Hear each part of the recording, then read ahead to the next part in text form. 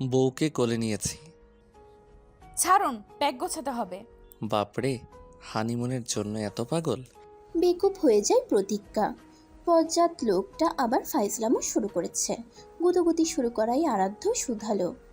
চলো ছাদে নিয়ে যাই তোমায়। এই অসময়ে? বৃষ্টি বিলাসের কোনো সময় আছে? কথা হচ্ছিল প্রতীক্ষা আর আরাধ্যর। একটা সময় সে তার এই রাগী পুরুষটাকে কতটা ঘৃণা করত। আজ সেই পুরুষই তার শখের পুরুষ, রোমান্টিক পুরুষ। চলুন কি করে রাগী বরের এই রোমান্টিক বউয়ের সাথে ভালোবাসা হলো জেনে নেই। একটু ব্যাকে যাই। বাসের জানালা থেকে বয়ে আসছে ঠান্ডা বাতাস। আবহাওয়াটা ঠান্ডা বলা যায় বটে, তবে বাতাসটা বড্ড প্রশান্তির। রাস্তার দুপাশে পাহাড়। পাহাড়গুলোর দিকে তাকিয়ে মনে হচ্ছে প্রকৃতি মাঝে নিজের সৌন্দর্য কাজে লাগিয়ে নিচ্ছে। এই সৌন্দর্য কি সব মানুষ অনুভব করতে পারে? তোমার কিছু লাগবে প্রতীক্ষা? না মৈত্রী আপু, আমি ঠিক আছি। তবে কিছু লাগলে তোমায় অবশ্যই বলবো। বলবে কিন্তু কেমন?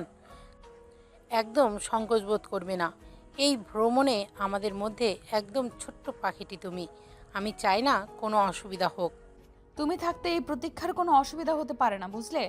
জি হয়েছে, আর বলতে হবে না। এখন একটু ঘুমিয়ে নাও। অনেক তো প্রকৃতি দেখলে, চোখ দুটো বিশ্রাম প্রয়োজন। কিছুক্ষণ পরে আমরা কুমিল্লায় থামবো, তখন জাগিয়ে দেব তোমায়, কেমন? ঠিক আছে মৈত্রী আপু। মা বাবার একটা মাত্র মেয়ে প্রতীক্ষা, খুব শান্ত স্বভাবের মেয়ে। যদি মেয়েটির কেউ বর্ণনা চাই তাহলে এক শব্দে মায়াবী বলা যেতে পারে। গায়ের রং হলদে ফর্সা, দেখতে আহামরি সুন্দর নয়, তবে চেহারায় রয়েছে উপচে পড়া মায়া। প্রথম দেখাতে যে কেউ বলবে মেয়েটি মায়াবতী। প্রকৃতির প্রতি আলাদা একটা টান প্রতীক্ষার। প্রকৃতি আরও গভীরভাবে অনুভব করার জন্যই সে ছুটে চলেছে বাংলাদেশের অন্যতম সৌন্দর্যের রাজ্য খাগড়াছড়ি। সে শুনেছে প্রকৃতির বিশাল উদাহরণ কেউ দেখতে চাইলে সে যেন খাগড়াছড়ি যায়। যদিও প্রথমে আসতে চায়নি, কারণ এই ভ্রমণের সবাই তার ভার্সিটির সিনিয়র। মৈত্রী আপু আর সাহিল ভাইয়া ছাড়া কাউকে তেমন চেনে না। এই দুজন তার বড্ড কাছের মানুষ। ভার্সিটির প্রথম দিনেই কিছু সিনিয়র প্রতীক্ষাকে র্যাগ দেয়। মৈত্রী সেদিন প্রতীক্ষাকে রক্ষা করতে এগিয়েছিল। তারপর থেকেই মৈত্রীকে বড় বোনের স্থান দেয় প্রতীক্ষা। বড্ড ভাব দুজনের মধ্যে। রাত বাজে 1:40। বাসে সবাই ঘুমোচ্ছে, তবে একজনের নেত্র পল্লব ছাড়া। সে যেন আর অপেক্ষাই করতে পারছে না। বড্ড লাফাচ্ছে মনের ভেতরটা। তবে বেশিক্ষণ ঘুমের সাথে যুদ্ধ করতে পারল না প্রতীক্ষা। এক সময় আপনা আপনিই চোখ দুটো লেগে গেল। ঘুম হয়েছে প্রতীক্ষা? হ্যাঁ আপু, ভেবেছিলাম একদম ঘুম আসতে দেব না, তবে কি করে যে চোখ দুটো লেগে এলো টেরই পাইনি। খুব ভালো হয়েছে। না ঘুমোলে এত বড় যাত্রা কষ্ট হয়ে যেত। আন্টির সাথে কথা হয়েছে? এই দেখেছো, ভুলেই গিয়েছি যে। আচ্ছা, আন্টিকে কল করে নাও, তারপর নামবো আমরা বাস থেকে। আমি অপেক্ষা করছি তোমার জন্য, জলদি এসো। পরক্ষণেই প্রতীক্ষার ফোনে রিং রিং শব্দ বেজে উঠল। জি, আমি আপনার জগদ্ধাত্রী, চিনতে পারছেন? খুব খুব চিনতে পারছি মা। সরি, ভুলেই গেছিলাম জানো, তোমায় যে কল করব। খুব বুঝেছি, কত কল করতে তুমি। শোনো, নিজের খেয়াল রেখো, ঠিক মতো খাবে, আর সাহিল আর মৈত্রীর সাথে থেকো, কেমন? ঠিক আছে মা, রাখছি তাহলে। মৈত্রী আপু অপেক্ষা করছে। কুমিল্লার একটি হাইওয়ে রেস্তোরাঁয় বাস থেমেছে। একসাথে অনেকগুলো বাস থেমেছে, তবে সবার গন্তব্য এক নয়। প্রতীক্ষা এই থামাথামি ভীষণ অপছন্দ করে। কোথায় সে কল্পনা চিত্রে আঁকা খাগড়াছড়ি পৌঁছাবার অপেক্ষায় আছে, আর এখন কিনা থামতে হলো। আর দেরি করলো না প্রতীক্ষা। সেই তখন থেকে মৈত্রী আপু অপেক্ষা করছে। হাতে থাকা পার্স ব্যাগ নিয়ে ফোন সাইলেন্ট করে বাস থেকে নামলো প্রতীক্ষা। আপাতত ফোনের আওয়াজ ভালো লাগছে না তার। আচ্ছা আপু, আমি বাসে থাকলে হতো না? আর একবার এই কথা বললে কিন্তু রাগ করব। তুমি তো আমার ছোট বোনই, সবাই কত ভালোবেসে তোমায়।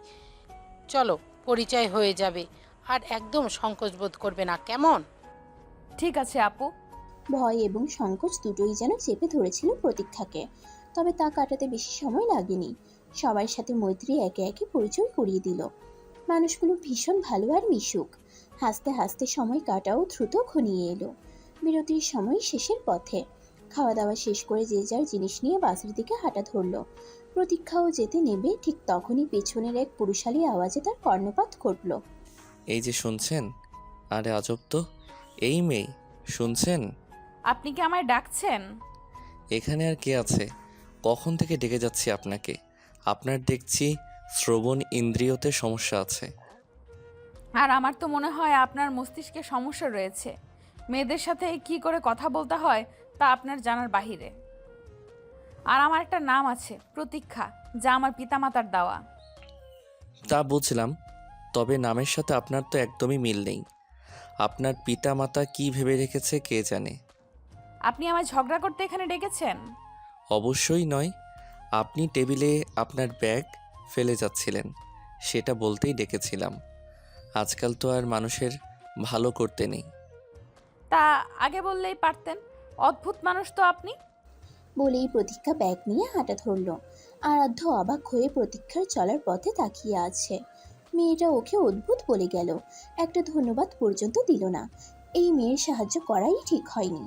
প্রকৃতির সৌন্দর্যের যেন কোনো সীমাবদ্ধতা নেই, প্রাণ সচক্ষে তা উপলব্ধি করছিল প্রতীক্ষা। বাসের জানালায় তাকিয়ে স্নিগ্ধ ভোরের আলোয় আবছা সবুজ প্রকৃতির অঢেল রূপ দেখতে ব্যস্ত ছিল সে। আমরা 5:30টার মধ্যেই খাগড়াছড়ি পৌঁছে যাব প্রতীক্ষা। ইস, না জানি কত সুন্দর হবে জায়গাটা। আর যে তর্স হয়েছে না মৈত্রী আপু। এখনো অনেক কিছু দেখা বাকি। অপেক্ষার ফল মিষ্টি হয় জানো তো। ঠিক 5:30 খাগড়াছড়ি সদরে প্রতীক্ষাদের বাস থামলো। সবাই বাস থেকে আনন্দ সহিত নামতে থাকলো। সাহিল সবার ব্যাগ সবাইকে বুঝিয়ে দিয়ে প্রতীক্ষার কাছে এগিয়ে গেল। সব নিয়েছো প্রতীক্ষা? হ্যাঁ ভাইয়া, নিয়েছি। আচ্ছা, আমরা তাহলে আমাদের গেস্ট হাউসে রওনা দিচ্ছি। এখান থেকে অটো নিতে হবে। তুমি মৈত্রীদের সাথে যাও, আমি বাকিদের নিয়ে আসছি। ঠিক আছে সাহিল ভাইয়া। খাগড়াছড়ি শহরের একপাশে অবস্থিত একটি সাদা মাটা গেস্ট হাউস। ইট পাথরে তৈরি পুরনো গেস্ট হাউসটা দেখে মনে হচ্ছে গাছপালার সাথে লুকোচুরি করছে। কেমন যেন প্রশান্তির বন্যা ছুঁয়ে যায় প্রতীক্ষার মনে। পুরনো গেস্ট হাউস হওয়ায় তেমন একটা মানুষের আনাগোনা নেই। সাথে লাগোয়া মিষ্টি ফুলের সুবাস ভর্তি অনন্য একটি বাগান। বাগান দেখে প্রতীক্ষার আনন্দে যেন আকাশ ছুঁই ছুঁই। সবাই চেক আউট শেষ করে নিজেদের রুমের দিকে এগোতে থাকে। প্রতীক্ষাকে দেওয়া হয় মৈত্রীর পাশের রুম। কিছু প্রয়োজন হলে বলবে কেমন, আমি তোমার পাশের রুমেই আছি। মাথাটা হ্যাঁ সূচক করে নাড়িয়ে নিজের জন্য ঠিক করা রুমটাই প্রবেশ করে প্রতীক্ষা। বড় একটা নিঃশ্বাস নিয়ে খাটের উপর শুয়ে পড়ে প্রতীক্ষা। না, আগে ফ্রেশ হয়ে নেওয়া দরকার। একটু পর খাবার আসার পর খেয়ে একটা ঘুম দেওয়ার পরিকল্পনা। যদিও তার একদমই ঘুমানোর ইচ্ছে নেই, কিন্তু মৈত্রী আপু বলেছে ঘুমোলে নাকি বেশি ঘুরাবে। হুট করেই দরজায় কেউ কড়া নাড়ল। এই সময় কে এলো ঠিক বুঝতে পারল না প্রতীক্ষা। ও লীরা আপু, তুমি এসেছো? তোমায় কি বিরক্ত করলাম? এ মা, কি যে বলো। বরং এসে ভালোই করেছো। একা থাকতে একদমই ভালো লাগছিল না। তা যা বলছো, জায়গাটা কিন্তু ভীষণ সুন্দর, তাই না? এই তো শুরু হলো দুজনের গল্প। কখন যে সময় পার হলো কেউই টের পেল না। না, ঘুমার কারোই কপালে জোটেনি। মৈত্রী এসে না ঘুমানোর জন্য হুপ করে বকেছে দুটোকে। তবে ঠাট্টার বকা কারোরই গায়ে লাগেনি। সাদার উপর গোলাপি ব্লক প্রিন্টের একটা সুতি সালোয়ার কামিজ পরেছে প্রতীক্ষা। মেয়েটা যেন এতেই বেশি স্বাচ্ছন্দ্য বোধ করে। চোখে একটু খানি কাজলের ছোঁয়া লাগালো আর ঠোঁটে হালকা লিপস্টিক। কোমর পর্যন্ত চুলে একটা বিনি করে নিল। এই তো শেষ। চটজলদি তৈরি হয়ে নিচে নেমে এলো প্রতীক্ষা। উদ্দেশ্য বাগানটা দেখবে। অথচ এই বাগানই যে প্রতীক্ষার জীবনে এক পরিবর্তন এনে দেবে তা কি সে জানে? বাস থেকে নামার পর ২ ঘন্টার একটা ঘুম দিচ্ছিল আরাধ্য। খাগড়াছড়ি এসেছে অফিসের প্রজেক্টের কাছে। ঘুরোঘুরি তেমন পছন্দ না ওর। সবার থেকে বেশ দক্ষ থাকায় অফিসের বস এক প্রকার জোর করেই পাঠিয়েছে ওকে। ফোনের ক্রিং ক্রিং আওয়াজে সুখের ঘুমের সমাপ্তি ঘটল তার। বেশ বিরক্তির সাথে ফোন রিসিভ করতে হলো। হ্যালো। সরি স্যার, ঘুমাচ্ছেন? হ্যাঁ, একটু চোখ লেগে এসেছিল, বলো। স্যার বলছিলাম যে 10:30 বাজে, আমাদের বের হওয়ার সময় হয়ে গিয়েছে। ও শিট। ওকে রাখো, তোমরা নামো, আমি আসছি। Okay sir. মুহূর্তেই আরাধ্যের মনে পড়ে গেল কালকের রাতের কথা। কি যেন নাম বলেছিল মেয়েটা? ধুর, ওর নাম কেন ভাবছে সে? একটা মানুষ এতটা অকৃতজ্ঞ হতে পারে? কাল রাত থেকে প্রতীক্ষার কথা মাথা থেকে ফেলতেই পারছে না আরাধ্য। বেশ ক্ষোভ জমে আছে মেয়েটার উপর। আচ্ছা মতো কথা শুনিয়ে দিলে বেশ লাগতো। পরক্ষণেই মনে হলো ওর দেরি হয়ে যাচ্ছে। মাথা থেকে চিন্তা ভাবনা বাদ দিয়ে তৈরি হতে চলে গেল। বেশ ভালো পরিবারের ছেলে আরাধ্য। শ্যামবর্ণের মুখে হালকা চাপা দাড়িগুলো ওঠানামা করছে। বেশ লম্বা বললে ভুল হবে না, দেখলে যে কেউ বলবে ছেলেটা সুপুরুষ। তবে নিজেকে নিয়ে বেশ সিরিয়াস সে। বাবার নিজের কোম্পানি থাকা সত্ত্বেও সেই কোম্পানিতে জয়েন দেয়নি। নিজের যোগ্যতায় অন্য একটা কোম্পানিতে বেশ ভালো একটা পদে আছে। কাজ ছাড়া কখনো বাহিরের কিছুতে আগ্রহ প্রকাশ করেনি সে। হালকা আকাশি রঙের একটা শার্ট আর সাথে ব্লেজার পরে নিল আরাধ্য। সবে শীত পড়তে শুরু করেছে। ঢাকায় তেমন নেই, তবে এখানে বেশ ঠান্ডা। হাতে থাকা ঘড়ির দিকে তাকিয়ে দরজার দিকে পা বাড়ায় আরাধ্য। তড়িঘড়ি করে নিচে নেমে এলো আরাধ্য। বড্ড দেরি হয়ে গিয়েছে, যেখানে আরও 1 ঘন্টা আগে ওদের গাড়ি নিয়ে বের হয়ে যাবার কথা। আশেপাশে চোখ বুলিয়ে দেখছে আরাধ্য, এখনো কেউ নামেনি। মাথা গরম হতে আর 2 দণ্ড সময় লাগলো না তার। এতটা ইরেসপন্সিবল মানুষদের নিয়ে এসেছে। পরক্ষণেই কিছু একটাতে চোখ দুটো আটকে যাওয়ায় স্থির হয়ে রইল আরাধ্য। এই আটকে সেই যাওয়া নয়, এই আটকে যাওয়া যেন তার সারা জীবনের জন্য মাথা ঠান্ডা করতে যথেষ্ট। কোমর পর্যন্ত চুলে বেনি করা মেয়েটির। বেনির ফাঁক দিয়ে বেরিয়ে আসে চুলগুলো আনমনে বাতাসের সঙ্গে খেলা করছে। পরনে সাদার উপর গোলাপি ফুলের কামিজ, জর্জেট ওড়না। বারবার বাতাসের পানে ছুটে চলায় মেয়েটার সামলাতে যাই অবস্থা। কেমন যেন শুভ্র ভাব আছে মেয়েটার মধ্যে। বিশেষ কিছু যেন আছে মেয়েটার মধ্যে, যা আরাধ্যর মতো সুপুরুষের নজর এড়ায়নি। আহ, চেহারাটা দেখা যাচ্ছে না কেন? সে কখন থেকে পেছন দিকে ফিরে কে দেখছে তা কে জানে। এদিকে ঘুরলে কি সমস্যা মেয়েটার? অতঃপর দেখলো একটি মেয়ে এসে সেখান থেকে তাকে নিয়ে যাচ্ছে। বড্ড হতাশ হলো আরাধ্য। ইস, মেয়েটার চেহারাই তো দেখা হলো না। কি ভাবছিস তুই আরাধ্য? কখনো কোনো মেয়ের পাল্লায় পড়িসনি, আর আজ কিনা এক রহস্যময়ী কেশ বালিকার মুখ অবয়ব দেখার জন্য অস্থির হয়ে পড়ছিস? তবে মেয়েটির জন্য একটি নাম নির্ধারণ করলে মন্দ হবে না, সুকেশিনী। হ্যাঁ, একদম মানানসই। তোমায় তো এই আরাধ্য খুঁজে বের করবেই সুকেশিনী। তুমি জানো, সারা গেস্ট হাউস ঘুরেও তোমায় খুঁজে পাইনি। মাটির উপরের পাথরগুলো পা দিয়ে আনমনে নড়াচড়া করে যাচ্ছে প্রতীক্ষা। মৈত্রী আপুর বকা কর্ণকুহুরে পৌঁছাতেই মুখ তুলে তাকালো। কিছু একটা চিন্তা করলো, ঠোঁট উল্টে আহ্লাদি স্বরে বলল, এই মৈত্রী আপু, দেখো না কি সুন্দর একটা বাগান। এখানে এলে কি আর বাস্তব জ্ঞান থাকে বলো? হয়েছে তোমার বাগান দেখা, নাকি এখনো বসে থাকবে? কতটা টেনশনে ফেলে দিয়েছিলে আমায়। ভুবন বুড়ানো হাসি দিয়ে 2 হাত দিয়ে শক্ত করে মৈত্রীকে জড়িয়ে ধরে নরম স্বরে প্রতীক্ষা বলল, আচ্ছা হয়েছে, আর রাগ করতে হবে না, আর এমন করে জ্বালাবো না তোমায়, কেমন? সাহিল গাড়ি নিয়ে অপেক্ষা করছে আমাদের জন্য। আচ্ছা চলো যাই তাহলে। হ্যাঁ এসো। খাগড়াছড়ির এই বৈচিত্র্যময়ী রাস্তা, এই পাহাড়গুলো মেঘের সঙ্গে লুকোচুরি খেলছে। তো এই পাহাড়গুলো আবার আকাশ ধরার প্রচেষ্টায় আছে। নীল আকাশের মাঝে মেঘগুলো দেখে মনে হচ্ছে এই পাহাড়ে উঠলেই ছুঁয়ে ফেলা যাবে। এই দৃশ্য যারা দেখেনি তারা হয়তো জীবনের আসল স্বাদই এখনো অর্জন করতে পারেনি। প্রকৃতির মাঝে হারিয়ে যাওয়া এ যেন এক বিশেষ পাওয়া। প্রতীক্ষারা সবাই মিলে মাইক্রোবাস ভাড়া করেছে। গান গাইতে গাইতে বেশ চলছে ভুবন ভোলানো প্রকৃতির সৃষ্টির মাঝে দিয়ে। বড়দের মাঝে যে এক ধরনের জড়তা ছিল, প্রতীক্ষার মাঝে যেন সেটিও উধাও হয়ে গিয়েছে। সবার সাথে কেমন একটা আপন আপন বন্ধন। তবে এরাও বেশ ভালো, বড্ড কাছের করে নিয়েছে প্রতীক্ষাকে। তবে একজনের প্রতি বেশ অদ্ভুত ধারণা হয়েছে। তবে ধারণা বললে ভুল হবে, শব্দটা হবে সন্দেহ। সাহিল ভাইয়ার বেশ কাছের বন্ধু নাদিম ভালোভাবে খেয়াল রেখে চলেছে প্রতীক্ষার, কখন কি লাগবে না লাগবে, কোনো সমস্যা আছে কিনা, এমনকি গাড়ি ধীরে চালাবে কিনা সেটা নিয়েও কয়েকবার প্রতীক্ষাকে জিজ্ঞেস করা হয়ে গিয়েছে। এটা কি স্বাভাবিকভাবে নেওয়া যায়? মেয়েদের ষষ্ঠ ইন্দ্রিয়তা আবার বেশ প্রখর। দূর, একটু বেশি ভাবনা চিন্তা হচ্ছে। মাথা থেকে সব উটকো চিন্তা ছেড়ে ফেলে প্রতীক্ষা আবার প্রকৃতির দিকে নজর দিল। বিরাট দলটার আজ গন্তব্য খাগড়াছড়ির বেশ নামকরা স্থান রিসেন ঝর্ণা। জায়গাটা ভীষণ রকমের সুন্দর, তবে যেতে হলে বেশ কিছুটা পথ আগে নামতে হয়। একেবারে 35 থেকে 40 মিনিটের ঢালু পথ। উঁচু নিচু ঢালু পথ পেয়ে নিচে নেমে তবেই ঝর্ণার দেখা মিলবে। তবে বেশ কিছু দূর আগে থেকেই ঝর্ণার কলকল ধ্বনির কর্ণপাত ঘটে। প্রতীক্ষারা পৌঁছাবার পর থেকে একে একে গাড়ি থেকে নামতে লাগলো। সাহিল নেমে গিয়ে আশেপাশে পর্যবেক্ষণ করলো। কিছুক্ষণ দূরে গিয়ে দেখে এসে সবার উদ্দেশ্যে বলল, সামনে পাহাড়ি পাহাড়ি ঢালু পথ, যেতে আমাদের বেশ কিছুক্ষণ লাগবে। সবাই পানির বোতল সাথে নিয়ে নাও, কপাল ভালো লাগলে যাওয়ার পথে শরবতও পেতে পারি। নিরাপত্তা অবলম্বন করতে সবাই একটা লাঠি কিনে নিল। লাঠি ছাড়া এই দুর্গম পথ হাঁটা মানে নিজের কোমর ভাগার প্ল্যান করা ছাড়া আর কিছুই না। কিছু ছেলে যদিও চাচ্ছিল বাইক ভাড়া করে নিচে যাবে, সাহিল এক কথায় না করে দিয়েছে। সবার একসাথে এগিয়ে চলাই মঙ্গল হবে। যার যার লাঠি নিয়ে একে একে সবাই নিচে নামতে লাগলো। মাথার উপর চড়া রোদ বিরক্তি ধরিয়ে দিলেও সবার মধ্যে টান টান উত্তেজনা কাজ করছিল। নাদিম বেশ কিছুক্ষণ পরপর দেখে যাচ্ছিল প্রতীক্ষাকে। মেয়েটা এমন কেন? তার মাঝে বিশেষ কিছু নেই, তবে কি যেন একটা আছে। এই কি যেন একটাই হাজারো পুরুষকে ঘায়েল করতে সক্ষম। এই অনুভূতি নাদিম জানে। অজানা অনুভূতির আরেক নাম সর্বনাশ। থাক, অজানাই থাক, কিছু অনুভূতি মনের মধ্যে যত্ন করে পুষে রাখতে হয়। এগুলো কাউকে জানতে দিতে নেই। স্যার আসবো? মিটিং শেষ হওয়ার পরপর আরাধ্য স্পটে বসেই ব্ল্যাক কফি খাচ্ছিল, সাথে ফোনে তৈরিকৃত পিডিএফগুলো বসকে পাঠাচ্ছিল। ঢাকায় অজস্র কাজ জমা পড়ে আছে, সেগুলো এখনো কমপ্লিট করা হয়নি। এখানে যে বস ওকে কোনো কাজ হাসিল করতে পাঠালো কে জানে।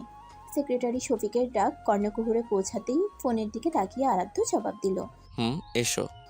অচেনা সুকেশিনীর কথা আরাধ্য মাথা থেকে ফেলতেই পারছে না। কি এমন পেল মেয়েটার মধ্যে যে ওকে এত পরিমাণে অস্থির করে তুলছে? যে ছেলের মনে কোনো মেয়ের ছায়া পর্যন্ত দেখা যায়নি, সে কিনা আজ এক কোথাকার অচেনা মেয়ের কথা ভেবে মরছে। কি আর করবে, ও মেয়েটা বারবার ওর হৃদয়ে এসে হানা দিয়ে যাচ্ছে। অবাধ্য মনটা মানতে বড্ড নারাজ। স্যার শুনেছেন? হ্যাঁ, কি বললে? না মানে স্যার এতক্ষণ কিছুই শোনেননি? মানে কিছু বলেছো তুমি? শফিক মাথা নিচু করে দাঁড়িয়ে রইল। হুট করে কি হলো স্যারের? কারো প্রেমে পড়েনি তো আবার? না বাবা, এই রাগী গম্ভীর লোক আবার প্রেমে পড়বে কি করে? একা একা কি বিড়বিড় করছো শফিক? চট করে মাথা উপরে তুলে তাকালো শফিক। দাঁত কেলিয়ে একটা হাসি দিয়ে বলল, না স্যার, বলছিলাম যে বড় স্যার বলেছে আপনাকে একটু খাগড়াছড়ি ঘুরিয়ে দেখাতে। এখন এই মুহূর্তে আমার ভালো লাগছে না, প্রচুর টায়ার্ড। স্যার দেখবেন আপনার খুব ভালো লাগবে। টায়ার্ড মানে সব একেবারে ফুরুদ হয়ে যাবে। চোখ গরম করে তাকালো আরাধ্য। কিছু বলতে যাবে এমন সময় শফিক বলে উঠল। Sorry sir. বলেই শফিক পুনরায় মাথা নিচু করে দাঁড়িয়ে রইল।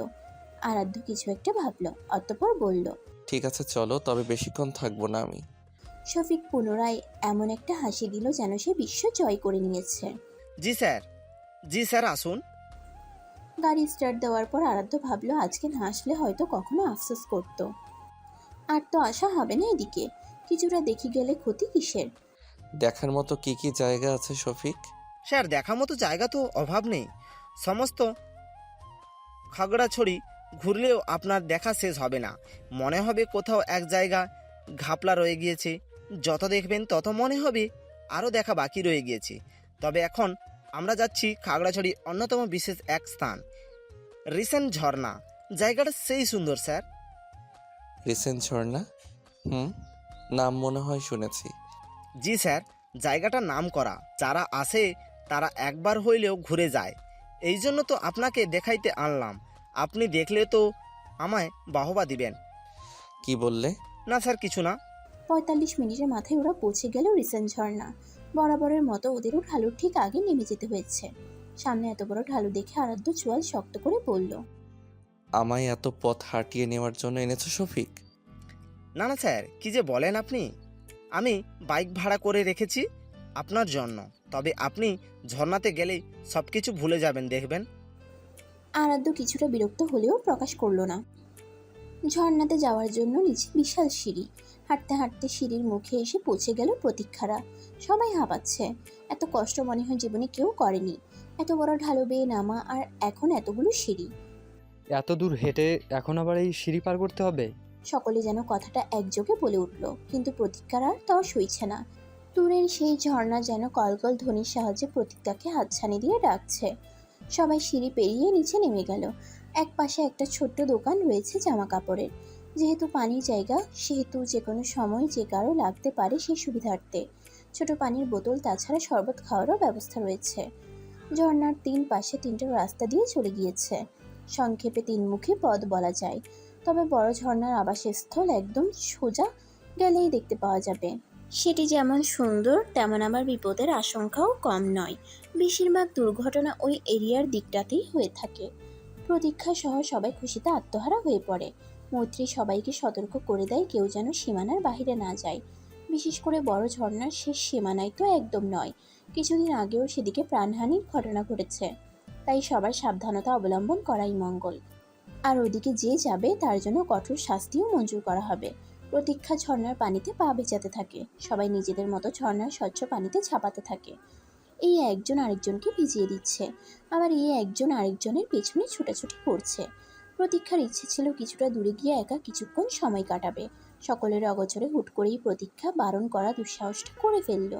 ওই যে বলে না, যে জিনিসটা করতে আমাদের বারণ করা হয়, আমাদের সেদিকেই যেন উপচে পড়া ঝোঁক সৃষ্টি হয়। বড় ঝর্ণা বেয়ে নামতে বড় একটা ঢালুর পাশ দিয়ে আপন স্রোতে বিশাল ঝর্ণা বহমান। প্রতীক্ষা সাবধানে পা বাড়ালো, ধীরে ধীরে এগিয়ে চলল। তবে সামনের পাথরে লেগে থাকা শ্যাওলা প্রতীক্ষার চোখের আড়ালেই রয়ে গেল। শ্যাওলার উপর পা পড়তেই মুহূর্তেই প্রতীক্ষার পা পিছলে যায়। পড়ে যাওয়ার আগ মুহূর্তে একটা শক্ত পোক্ত হাত প্রতীক্ষার বাহু নিজের সঙ্গে আবদ্ধ করে নেয়। ঝর্ণার সিঁড়ি বেয়ে নামার কিছুক্ষণের মধ্যেই আরাধ্য আবার সে কিছু একটাতে তার চোখ দুটোকে আটকে নেয়। হারিয়ে যাওয়া অনুভূতিগুলো আবার উড়ে এসে জুড়ে বসতে শুরু করে বিনা অনুমতিতে। এ তো সেই অচেনা মেয়েটি যার নাম আরাধ্য দিয়েছিল সুকেশিনী। গেস্ট হাউসে যে ওর হৃদয় নিজের কাছে নিয়ে খাঁচায় বন্দি করে রাখতে চেয়েছিল। কিন্তু মেয়েটা নিষিদ্ধ এরিয়াতে যাচ্ছে কেন? পাগল নাকি? এই মেয়ের কি কোনো সেন্স নেই? বিপদের সম্ভাবনা এড়াতে মেয়েটির পিছনেই আরাধ্য। যা ভেবেছিল তাই হলো। ঠিক পড়ে যাওয়ার আগ মুহূর্তে প্রতীক্ষার হাত শক্ত করে নিজের সঙ্গে আবদ্ধ করে নেয় আরাধ্য। আপনি ঠিক আছেন তো? চোখ নাক মুখ খিচে বন্ধ করে আছে প্রতীক্ষা। না, সে তো পড়ে যায়নি, সে বেঁচে আছে, কেউ তাকে বাঁচিয়েছে। মনে মনে অলরেডি কালিমা পড়ে ফেলেছিল প্রতীক্ষা, কিন্তু কোনো মহান এক ব্যক্তি এই যাত্রায় তাকে বাঁচিয়ে তুলল। তবে কে সে? প্রতীক্ষা চোখ খুলে পিছে ফিরে তাকাবার ইচ্ছে প্রকাশ করলো। যে ব্যক্তিটা তার প্রাণ বাঁচিয়েছে তাকে একবার মন প্রাণ খুলে দেখা দরকার। সপ্তম আশ্চর্যের আকাশে পৌঁছে আরাধ্য নিজের চোখ দুটোকে পুনরায় কচলায়। নিজের চোখে বিশ্বাস করতে পারছে না সে। এই ডেঞ্জারাস মেয়েটা, এই মেয়ের জন্য নাকি সে তার মনের দুয়ার খুলতে চেয়েছিল। তবে মনে মনে কেন যেন মেয়েটির এইভাবে দেখা পেয়ে আরাধ্যের খুব একটা খারাপও লাগেনি। আপনি? ভ্রু দুটি কুচকালো প্রতীক্ষা। সামনে থাকা যুবকটিকে আপাত মস্তক দেখতে লাগলো। শ্যাম বর্ণের মুখে চুলগুলো কপালের সঙ্গে লেপ্টে আছে, কোচা কোচা দাড়িগুলো বড় হবার পথে। ওর মতোই ভ্রু দুটি কুচকে রেখেছে। দেখে মনে হচ্ছে বিশাল একটা ধাক্কা খেয়েছে, কিন্তু লোকটা যে বড্ড চেনা চেনা লাগছে। কই যেন দেখেছে। আরে হ্যাঁ, এ তো সেই অদ্ভুত লোকটা। খাগড়াছড়ি আসার পথে প্রতীক্ষা ব্যাগ নিতে ভুলে যাওয়ায় এই লোকটাই ওকে ডেকে ব্যাগ দিয়েছিল। কিন্তু লোকটার মধ্যে ম্যানার্সের ছিটে ফোটাও নেই। উফ, এই লোকই আবার ওকে বাঁচাতে গেল। এর থেকে ঠুস করে পড়ে গিয়ে মরে যেত, সেটাই ভালো হতো। তো কি অন্য কাউকে আশা করেছিলেন নাকি? আরাধ্য অবাক হলো। এমন জবাব সে কখনো আশা করেনি। এই মেয়েটা আসলেই একটা যন্ত্রণা। বিন্দু মাত্র ধন্যবাদ পর্যন্ত জানানোর প্রয়োজন বোধ করছে না, উল্টো আবার তর্ক করছে। দেখুন, আমি আপনার সাথে কোনো রকম কথা বাড়াতে চাচ্ছি না। এর পরের বার বেশি সাহস দেখাতে যাবেন না। আমি ছিলাম বলে বেঁচে গেলেন। দেখুন, সাহায্য করেছেন বলে ভাববেন না আপনি আমার মাথা কিনে নিয়েছেন। আরাধ্য কিঞ্চিত হাসলো।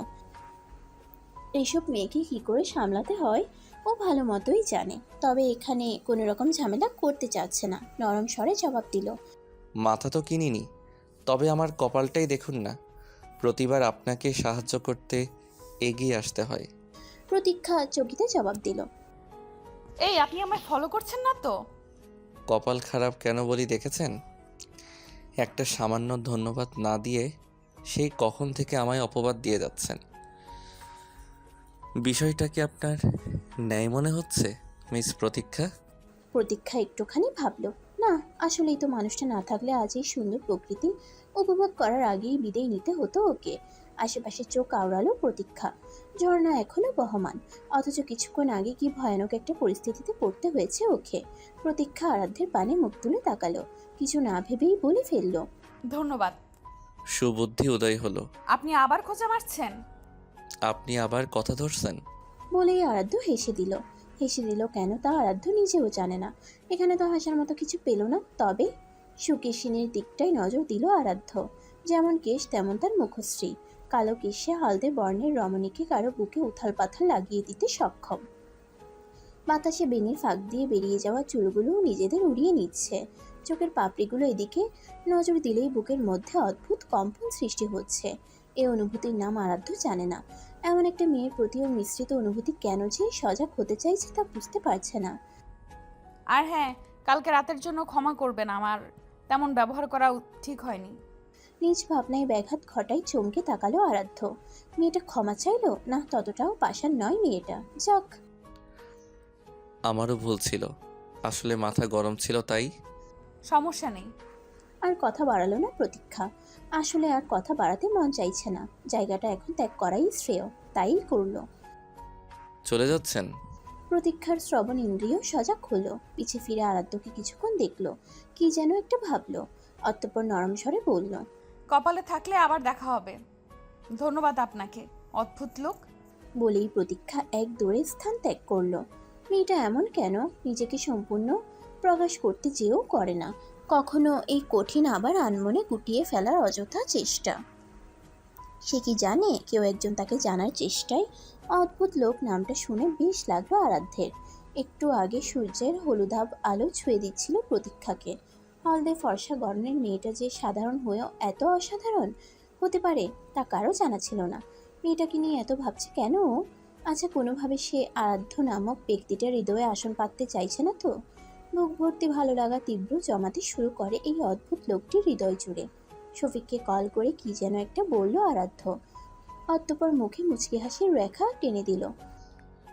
সি ইউ সুন মিস প্রতীক্ষা। প্রতীক্ষা এসে দেখে সবাই যে যার মতো মজা করে চলেছে। তার মানে ও যে এখান থেকে উধাও হয়েছিল সেটা কেউ দেখেনি। যাক বাবা, বাঁচা গেল। কোথায় যাওয়া হয়েছিল? পেছন থেকে মৈত্রীর কণ্ঠ শুনে চমকে উঠে প্রতীক্ষা। বিড়বিড় করে আল্লাহর নাম নিতে লাগলো। মৈত্রী আপু জানতে পারলে খুব বকবে। ঠোঁটের কোণে হাসি আনার চেষ্টা করে দৃঢ় কণ্ঠে বলল, এই তো আপু, আশেপাশেই ঘুরছিলাম। কি যে সুন্দর জায়গাটা, দেখলেই মন অশান্ত করে লাফাতে মন চায়। হ্যাঁ, দেখলাম তো। কত কি মন চায় আপনার। কোনো এক ভদ্রলোকের সাথে অধিক ঝগড়া করেছিলেন, কিছু হয়েছে? হাফ ছেড়ে বাঁচল প্রতীক্ষা। তার মানে মৈত্রী আপু কিছুই টের পায়নি। কিন্তু এখন কি বলবে? কিছুক্ষণ ভেবে প্রতীক্ষা বলল, আরে আপু, বাদ দাও না ওই টপিক, অনেক আগেই ফুরুত। এইসব নিয়ে পরে ভাবা যাবে। এই সময়টাকে আমাদের উপভোগ করা দরকার। চলো যাই। মৈত্রী কিছু বলতে যেও বলল না। আসলে পরেও জানা যাবে কি হয়েছিল, কিন্তু এখনের সময়টাকে উপভোগ করা দরকার। প্রতীক্ষা টানতে টানতে মৈত্রীকে ঝর্ণার ধারে নিয়ে গেল। পরের দিন সকাল সকাল ঘুম থেকে উঠে চটজলদি তৈরি হয়ে নিল প্রতীক্ষা। সকাল বললে শব্দটা ভুল হবে।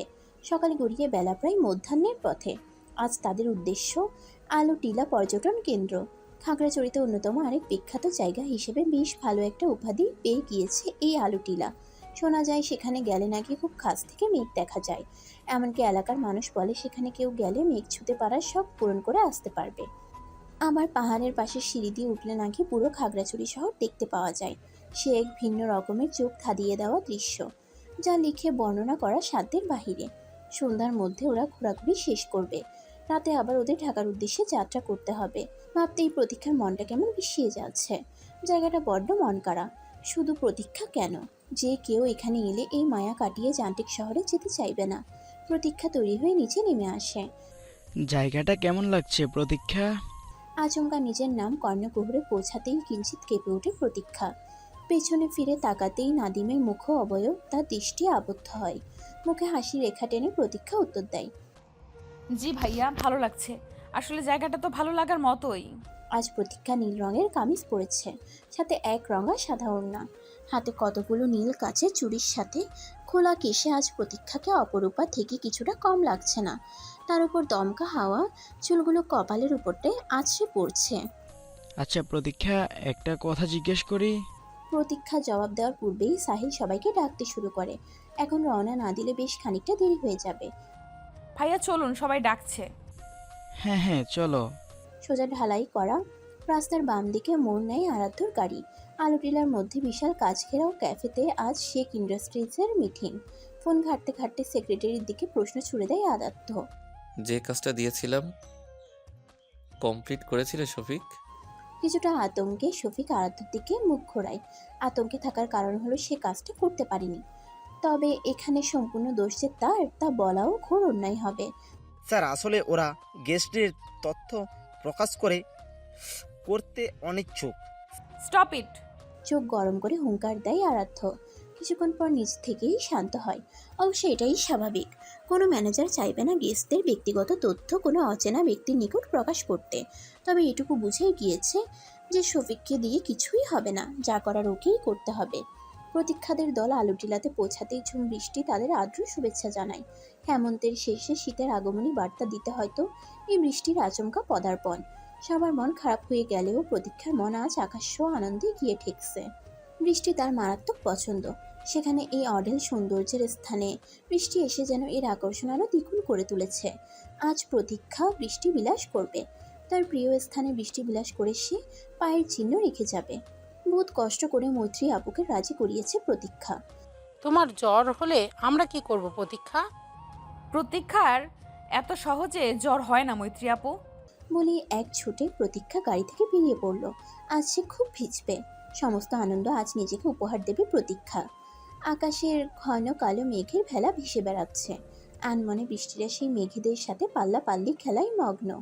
আলোরিলাতে ঢুকে সোজা গেলে বড় গুহা, সেটি বিশাল গভীর। আর বাম পাশে গেলে ঝুলন্ত ব্রিজ। ঝুলন্ত ব্রিজের বিপরীতে কিছুটা দূরত্ব অবলম্বন করে দাঁড়িয়ে আছে সিমেন্ট দ্বারা তৈরি সাদা রঙা আরেকটি ব্রিজ। তার দুই পাশে পাহাড়ে ওঠার জন্য লম্বা উঁচু সিঁড়ি। আরও কিছুটা দূরে দৃষ্টি নিক্ষেপ করলে দেখা যাবে সিমেন্ট দিয়ে লেপে দেওয়া কয়েকটি বসার স্থান। তার উপর রয়েছে ঘেরাও করা গোল আকৃতির ছাউনি। ছাউনির বাম পাশে পরপর 3টি দোলনা। সেখানে বসলে সমস্ত খাগড়াছড়ি দেখতে পাওয়া যায়।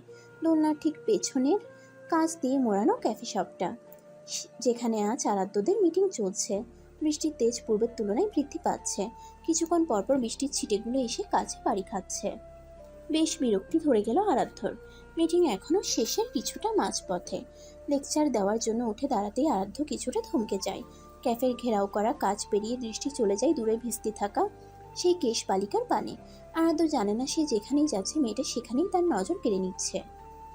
আচ্ছা, ওই মেয়েটাই তো নাকি ও ভুল দেখছে। ইদানিং অনেক ভুলভাল জিনিস ওর চোখে ধরা দিচ্ছে।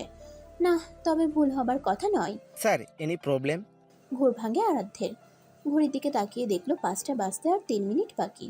অতঃপর সবার উদ্দেশ্যে বলল, আপনারা কন্টিনিউ করুন, আমি একটু আসছি। আনমনে ভিজে চলেছে প্রতীক্ষা। একা একা হাঁটতে হাঁটতে এতটা দূর চলে এসেছে।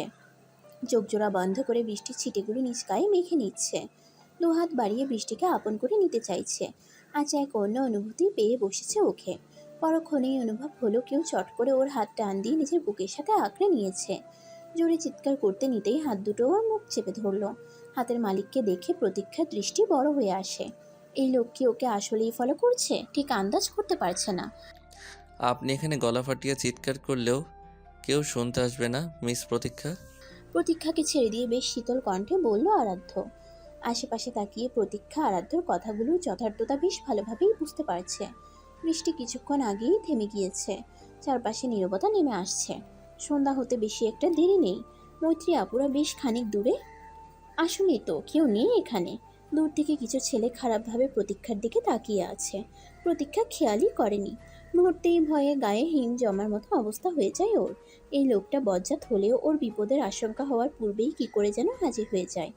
কেন এমনটা হয় তা জানে না। সামনে থাকা পুরুষটার দিকে এবার নজর দিল প্রতীক্ষা। একেবারে কাক ভেজা হয়ে আছে। পরনে অ্যাশ কালারের ফর্মাল শার্ট, সাথে কালো রঙের ব্লেজার। সিল্কি চুলগুলো ভিজে শ্যামবর্ণের কপালের উপর লেপটে টপ টপ করে পানি ছড়াচ্ছে। আপনি আমায় এভাবে দেখলে ফিউচার বউ রাগ করতে পারে মিস। রসিকতার স্বরে বলল আরাধ্য। আচমকা ঘোর ভাঙল প্রতীক্ষার। ছিছি, কি লজ্জা! এই বজ্জাত লোকের মধ্যে দেখার কি আছে? কচু না ছাই। মুহূর্তেই কিছুক্ষণ আগের ঘটনা মনে পড়ে গেল প্রতীক্ষার। চোয়াল শক্ত করে বলল, আপনার সাহস কি করে হলো আমাকে টাচ করার? হাসি মুখে তড়িৎ গাম্ভীর্যতা ভর করল। আরাধ্য মন চাইল মেয়েটাকে দুটো থাপ্পড় লাগাতে। কন্ট্রোল আরাধ্য, it's not the right time. গায়ের ব্লেজারটা খুলে প্রতীক্ষার গায়ে জড়িয়ে দিয়ে আরাধ্য কঠিন গলায় বলল, আপনার কপাল ভালো, প্রতিবার আপনার সাহায্যকর্তা হয়ে আমি চলে আসি। এটা নিজের সাথেই রাখুন, আপনার প্রয়োজন। নিজের দিকে তাকিয়ে বেশ লজ্জা পেল প্রতীক্ষা। আজ ওর সাদা ওড়না পড়েছে, মাথাতেই নেই। দূরের ছেলেগুলো যারা ওর দিকে তাকিয়েছিল তাদের তাকানোর কারণটাও এখন বুঝতে পারছে। মাটির তলায় ডুব দিতে মন চাইছে যেন। আরাধ্য বাঁকা হাসি দিয়ে বলল, নাচানাচি করতে করতে তো আপনার জ্ঞান বুদ্ধি ওপরওয়ালা রহমতে লোপ পায়।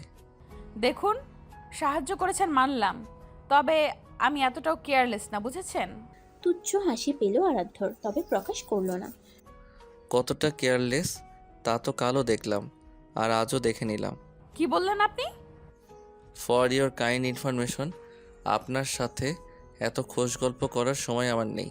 বলেই আরাধ্য এক শীতল হাসি দিয়ে পুনরায় ক্যাফের দিকে পা বাড়ালো। রাগে গা জ্বলে যাচ্ছে প্রতীক্ষার। আমার তো মনে হয় সময় উতলায় পড়ছে ওনার সাথে পীড়িত করার জন্য। ম্যানারলেস লোক একটা। একে তো নিজে আগ বাড়িয়ে এসেছে, তার উপরে আমাকে বস্তা ভর্তি ঢং দেখাচ্ছে। আশেপাশে কোনো পাথরের টুকরো থাকলে লোকটার গায়ে ছুঁড়ে মারতে পারলে বেশ লাগতো। আচ্ছা, এই ব্লেজারটা কি করবে ও? ইচ্ছে করলো ব্লেজারটা ছুঁড়ে ফেরত দিয়ে আসতে, কিন্তু কী ভেবে যেন প্রতীক্ষা সেটি নিজের সাথেই জড়িয়ে রাখলো। অনেক দেরি হয়ে গিয়েছে, আজ রাতে আবার ঢাকার উদ্দেশ্যে রওনা দিতে হবে। দ্রুত গাড়ির পথে পা বাড়ালো প্রতীক্ষা। ভোর 5:30 ঘটিকায় নিজ ভবনে পদার্পণ করলো প্রতীক্ষা। মনে হচ্ছে যেন কতদিন পর এসেছে। সবে 3 দিন বাসা থেকে দূরে ছিল, তবুও 3 দিনকে 3 মাস মনে হচ্ছে প্রতীক্ষার কাছে। নিজের ঘরে এসে ফ্রেশ হতেই তার মা মিসেস শাহানার দেখা পেল। মুহূর্তেই মুখে হাসি ছেয়ে গেল প্রতীক্ষার। দৌড়ে মাকে জড়িয়ে ধরে আদুরে কণ্ঠে শুধালো, তোমায় বড্ড মিস করেছি মা। বুঝেছি খুব, মেয়ে আমায় কত মিস করেছে। মুখ ভেঙচি কাটল প্রতীক্ষা। সব সময় যেন এমন কোচা মারা, যেন চাই চাই। তুমি এমনই করো সব সময়। হয়েছে, আর রাগ দেখাতে হবে না, তবে একটু শোনো।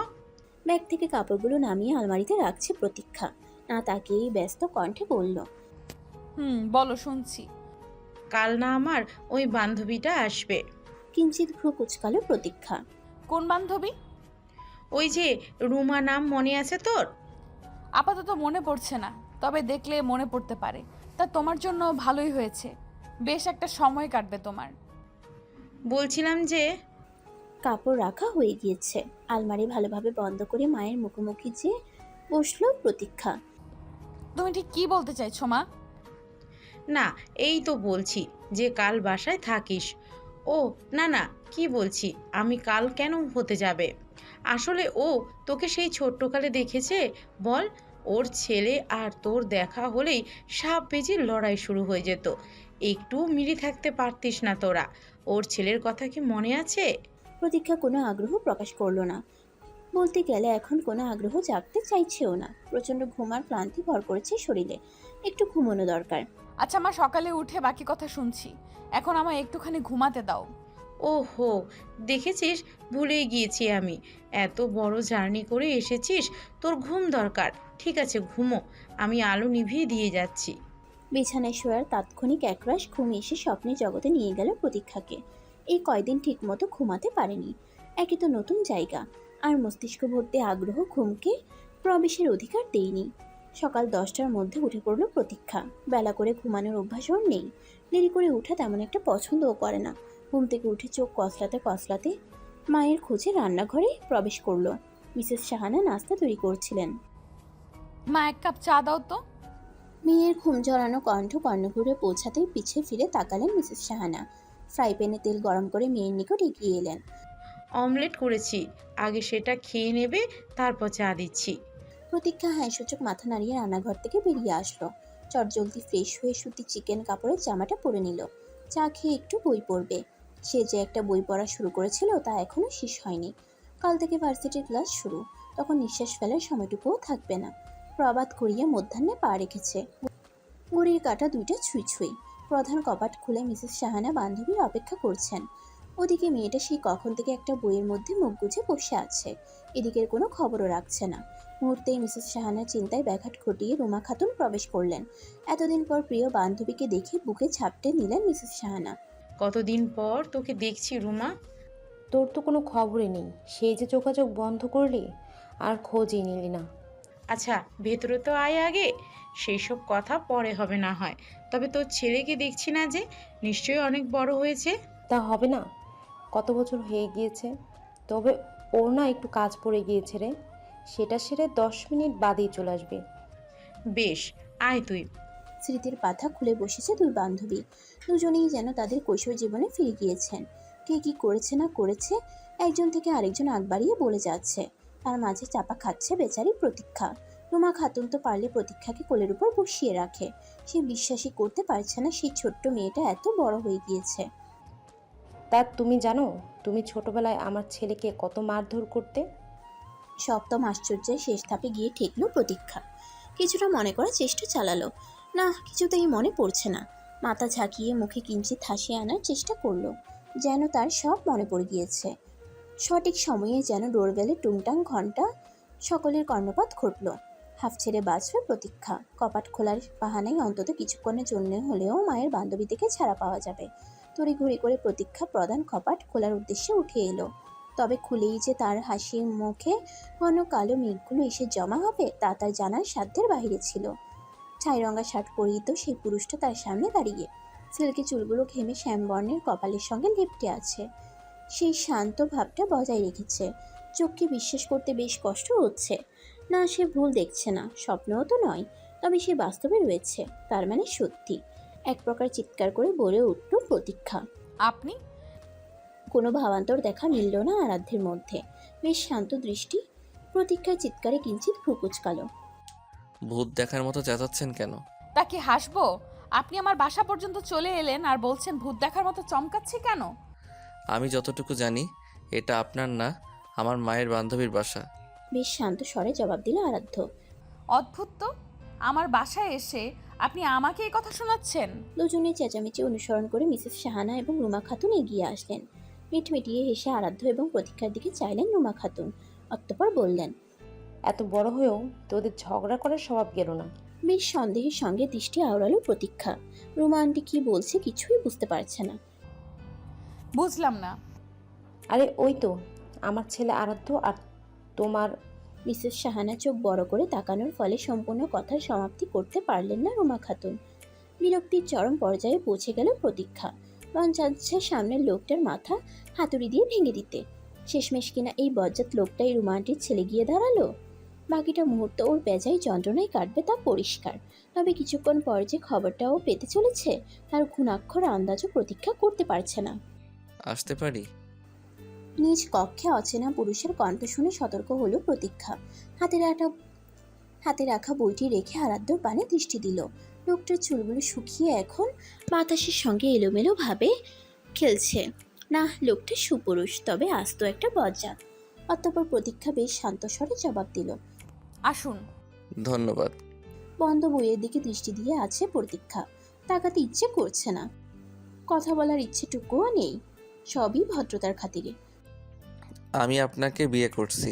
কথাটা প্রতীক্ষার মস্তিষ্কে পৌঁছাতে বেশ কিছুটা সময় নিল। মুহূর্তে ক্রোধের বশে প্রতীক্ষা কঠিন স্বরে জবাব দেয়, মানে? আপনার এবং আমার মায়ের মিউচুয়াল ডিসিশন। বোধ করি আপনিও শীঘ্রই আপনার মতামত জানাচ্ছেন। চোয়াল শক্ত করলো প্রতীক্ষা।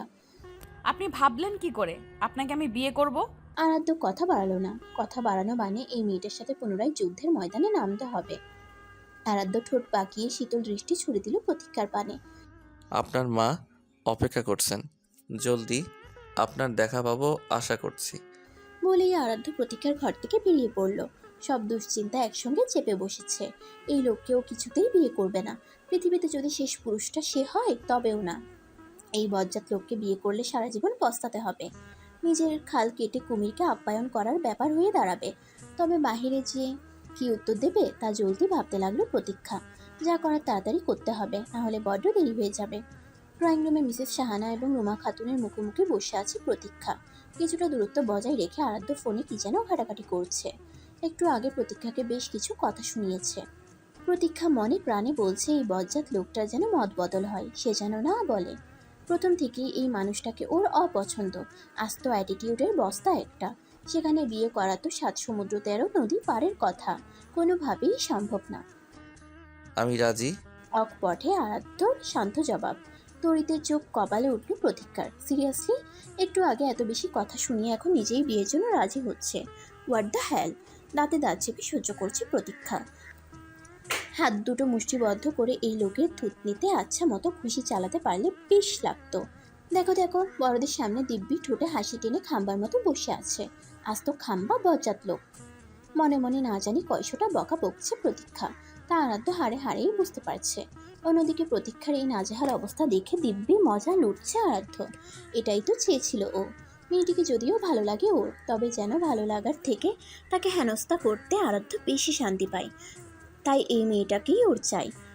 আর উপরওয়ালাও কি সুন্দর একটা কানেকশন করে রেখেছে ওদের। এমনটা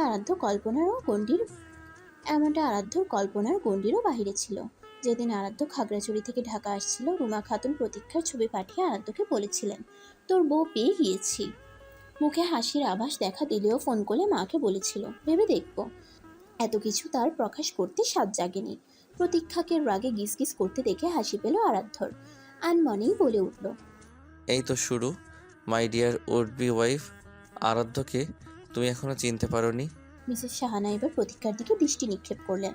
পায়ের তলার মাটি খুঁড়ে লুকিয়ে যেতে ইচ্ছে করছে প্রতীক্ষার, কিন্তু তা অসম্ভব। সিমেন্টের ফ্লোরে টাইলস দিয়ে লেপে দেওয়া কৃত্রিম ফ্লোর খুঁড়ে কি করে লুকোবে? মা যে ওর উত্তরেরই অপেক্ষা করছে। 32 পাটি দাঁত বের করে রুমা খাতুন প্রতীক্ষার দিকে চেয়ে আছেন। পারলে তো আজকেই উনি প্রতীক্ষাকে বউ করে নিয়ে যান। ব্যতিক্রম শুধু একজনই, যে কিনা দিব্যি ফোনের দিকে তাকিয়ে আছে।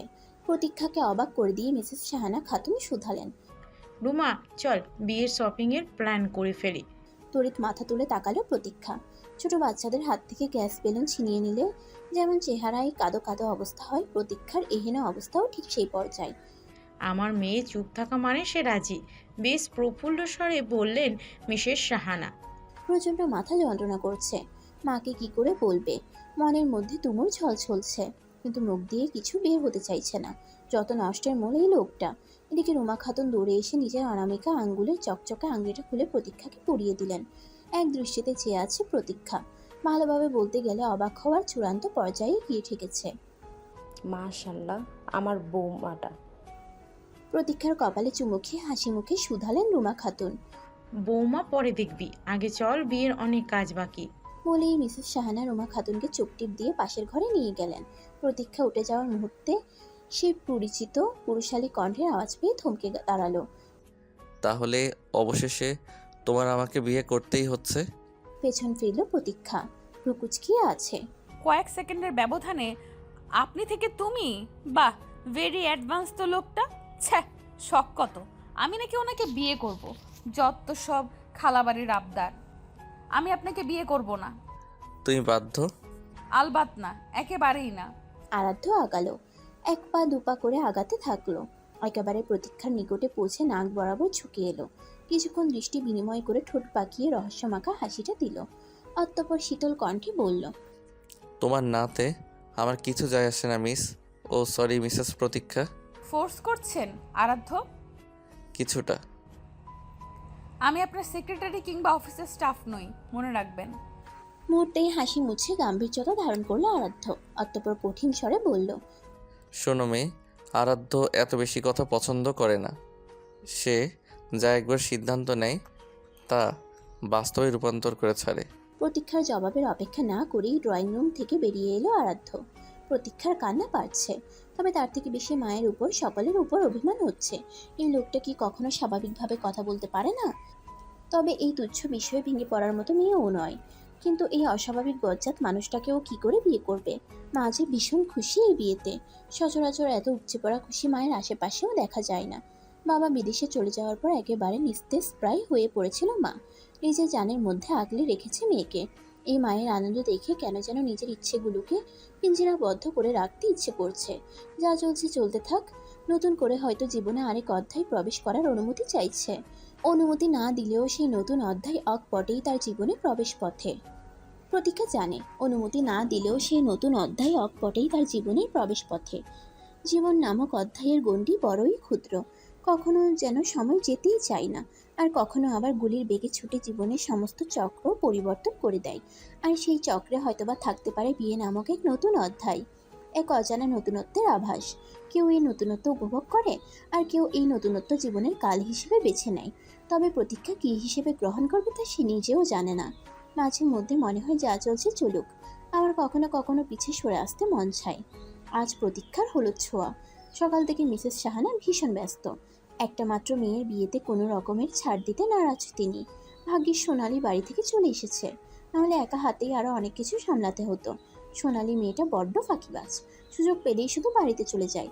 এই তো প্রতীক্ষার বিয়ের কথা শুনেই এক ধুমছে ছুটে এসেছে, সে নাকি একা হাতে সব সামলাবে। ঘড়িতে সকাল 11টা বাজতে 5 মিনিট।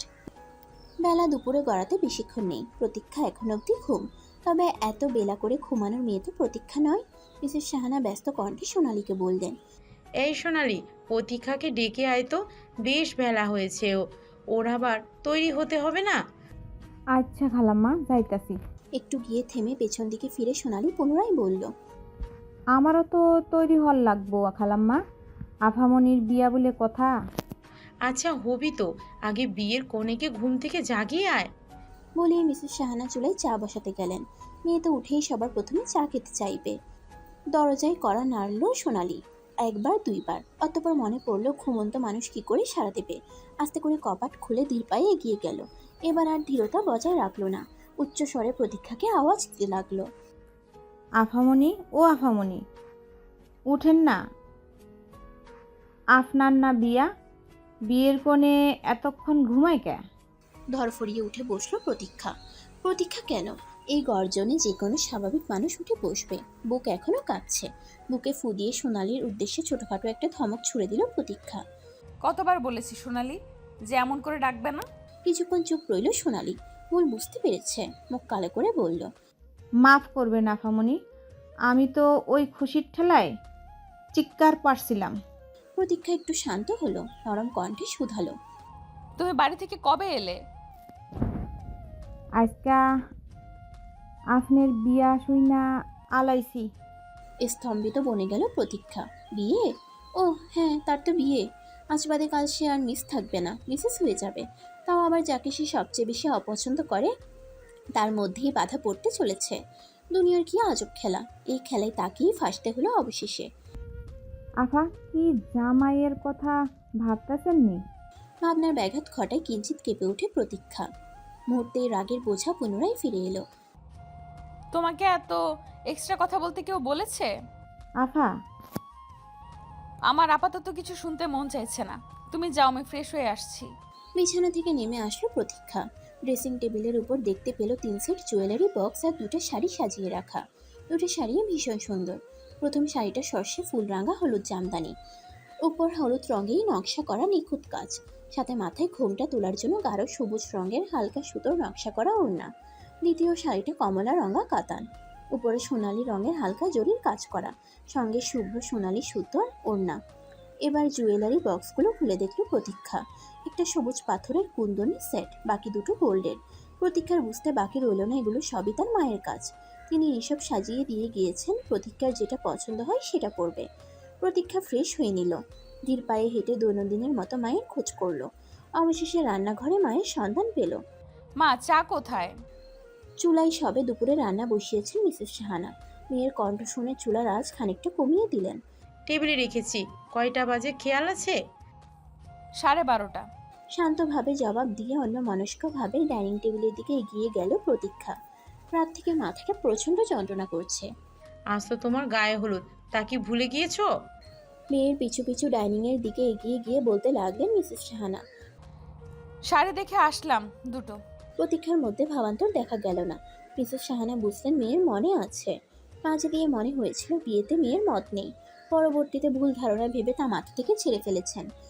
টেবিলের চেয়ার টেনে প্রতীক্ষার মুখোমুখি বসলেন মিসেস সাহানা। আগ্রহের স্বরে বললেন, প্রতীক্ষা, গহনাগুলো দেখোনি?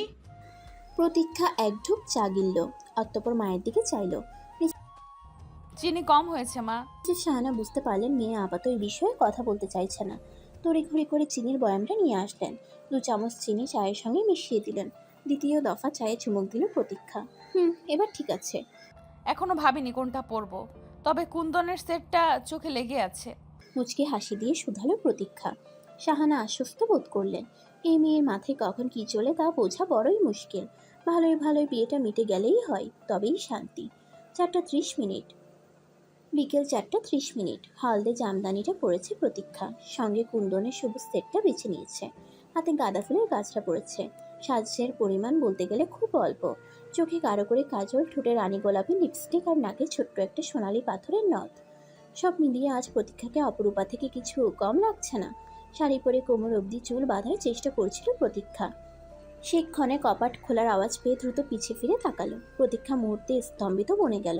গলা ফাটিয়ে চিৎকার দেওয়ার আগ মুহূর্তেই বিনা অনুমতিতে প্রবেশ কর্তার শক্তিশালী হাত দুটো ওর মুখ চেপে ধরল। চুপ, একদম চিৎকার করবে না। আরাধ্যকে আজ প্রথম এতটা কাছ থেকে পর্যবেক্ষণ করছে প্রতীক্ষা।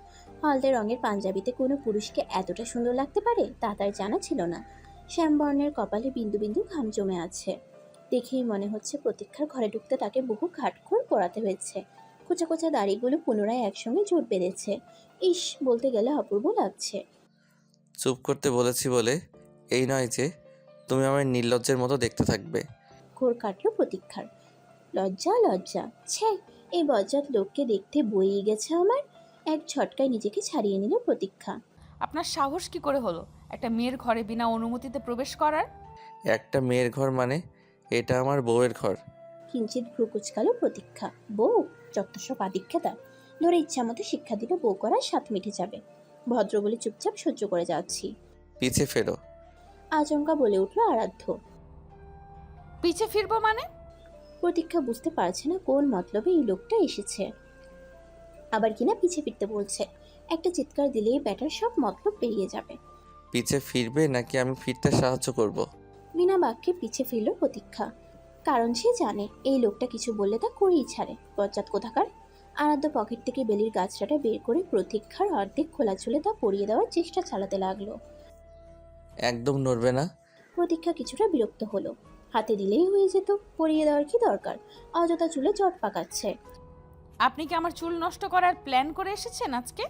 আরাধ্য কোনো জবাব দেওয়ার প্রয়োজন মনে করলো না। তৃতীয়বার চেষ্টা করার পর আরাধ্য অবশেষে সফল হলো। যাক, কাল সারা রাত ইউটিউব ঘাটা সফল হয়েছে। ড্রেসিং টেবিলের সামনে ছোট্ট একটা আয়না নিয়ে প্রতীক্ষার পিছে ধরলো আরাধ্য। দেখো তো সুকেশিনী, তোমার কালো কেশে কেমন করে শুভ্রতা ছোঁয়ালাম। প্রতীক্ষা বাকরুদ্ধ। পেছন দিয়ে দুপাশে হালকা করে বেনি বটা। যদিও বেনির ফাঁক দিয়ে কিছু ছোট চুল উকি মারছে। তার মাছ দিয়ে তাজা গাছটা পেছিয়ে রাখা। প্রতীক্ষা নিজেরই তো এত ধৈর্যই কুলাতো না। যাক, লোকটাকে যতটা খারাপ ভেবেছিল ততটা খারাপ নয়। ধন্যবাদ। ভ্রু কুচকালো আরাধ্য। মেয়েটা ধন্যবাদ ছাড়া কিছুই বলতে জানে না। ধন্যবাদ? সাহায্য করলেন তাই? আরাধ্য এবার প্রতীক্ষার দিকে ঝুঁকে এলো। ভালো মতো দেখতে লাগলো তার হবু বউকে। একদম হলদে পাখি লাগছে আজ মেয়েটাকে। তার কল্পনা করা রূপ থেকেও হাজার গুণ সুন্দর লাগছে। এই জন্যই তো দেখার তৃষ্ণা মেটাতে এভাবে ছুটে এসেছে। আরাধ্য নরম কণ্ঠে শোধালো। এটা সাহায্য নয়। পিছিয়ে ড্রেসিং টেবিলের সঙ্গে ঠেকে গেল প্রতীক্ষা। লোকটা এত কাছে আসলে কেমন অস্বস্তি হয়। অগত্যাই পেছানোর চেষ্টা চালালো প্রতীক্ষা, তবে ব্যর্থ হলো। তবে আরাধ্য সরে এলো। লম্বা একটা হাই তুলে বলল, তা বোঝার সাধ্য তোমার নেই। আসি, তোমার জন্য অনেক সময় নষ্ট হলো। বলেই আরাধ্য দ্রুত গতিতে প্রতীক্ষার ঘর থেকে বেরিয়ে গেল। একভাবে চেয়ে রইল প্রতীক্ষা। আরাধ্যর বলা শেষ কথাটা কানে বাজছে। কি বলল লোকটা? আমার জন্য সময় নষ্ট হয়েছে? সিরিয়াসলি? মানে কোনো সময় একটু স্বাভাবিকভাবে কথা বলতে পারে না? বজ্জাত ম্যানারলেস লোক। এই লোকের সাথে সংসার করবে কি করে? আমি কি বলেছিলাম আমার উপর সময় নষ্ট করতে? আরাধ্যকে 101টা বকা ছুটতে ছুটতে মাথার ওড়না ক্লিপ দিয়ে লাগাতে লাগলো প্রতীক্ষা। ভরা বিয়ে বাড়ি। মানুষের আগমন ধীরে ধীরে বাড়ছে। স্টেজের এক পাশে ছোট বাচ্চারা নিজেদের মতো খেলছে। অন্য পাশে ছবি তোলার জন্য ডেকোরেশন করা হয়েছে। মাঝে একটা বড় আয়না। চারিপাশে লাগোয়া নানান রঙের ফুলের বাহার। সেখানে যেয়ে কিশোরী মেয়েরা ছবি তুলছে। পাশে একদল ছেলেরা তাদের সাথে খাতির পাতানোর চেষ্টা চালিয়ে যাচ্ছে। তবে মেয়েগুলো কিছুতেই পাত্তা দিতে চাইছে না। ছেলেগুলো একসময় সরে এসে নিজেরা ফটো তুলতে ব্যস্ত হয়ে পড়ল।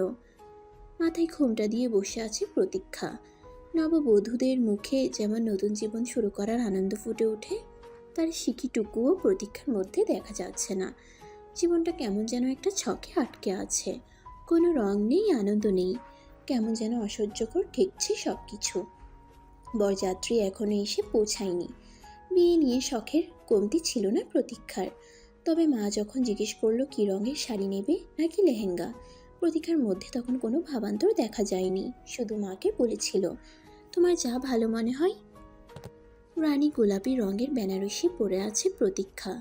উপরে ছোট ছোট সোনালি জরির ভরাট ফুলের নকশা, সাথে সোনালি রঙের ভারী নকশা করা ওড়না। প্রতীক্ষার মনে হচ্ছে শাড়ির তুলনায় ওড়নাটা ভারী, তবে শাড়িটা বেশ। যে পছন্দ করেছে তার রুচি আছে বলতে হবে। হুট করেই বর এসেছে ধ্বনি প্রতীক্ষার কর্ণকুহরে পৌঁছালো। প্রতীক্ষা দেখতে পাই মেরুন রঙের শেরওয়ানি পরিহিত সেই পুরুষটার আগমন ঘটছে। চেনা শ্যামবর্ণের সুপুরুষটাকে আজ চিনতে বড্ড কষ্ট হচ্ছে।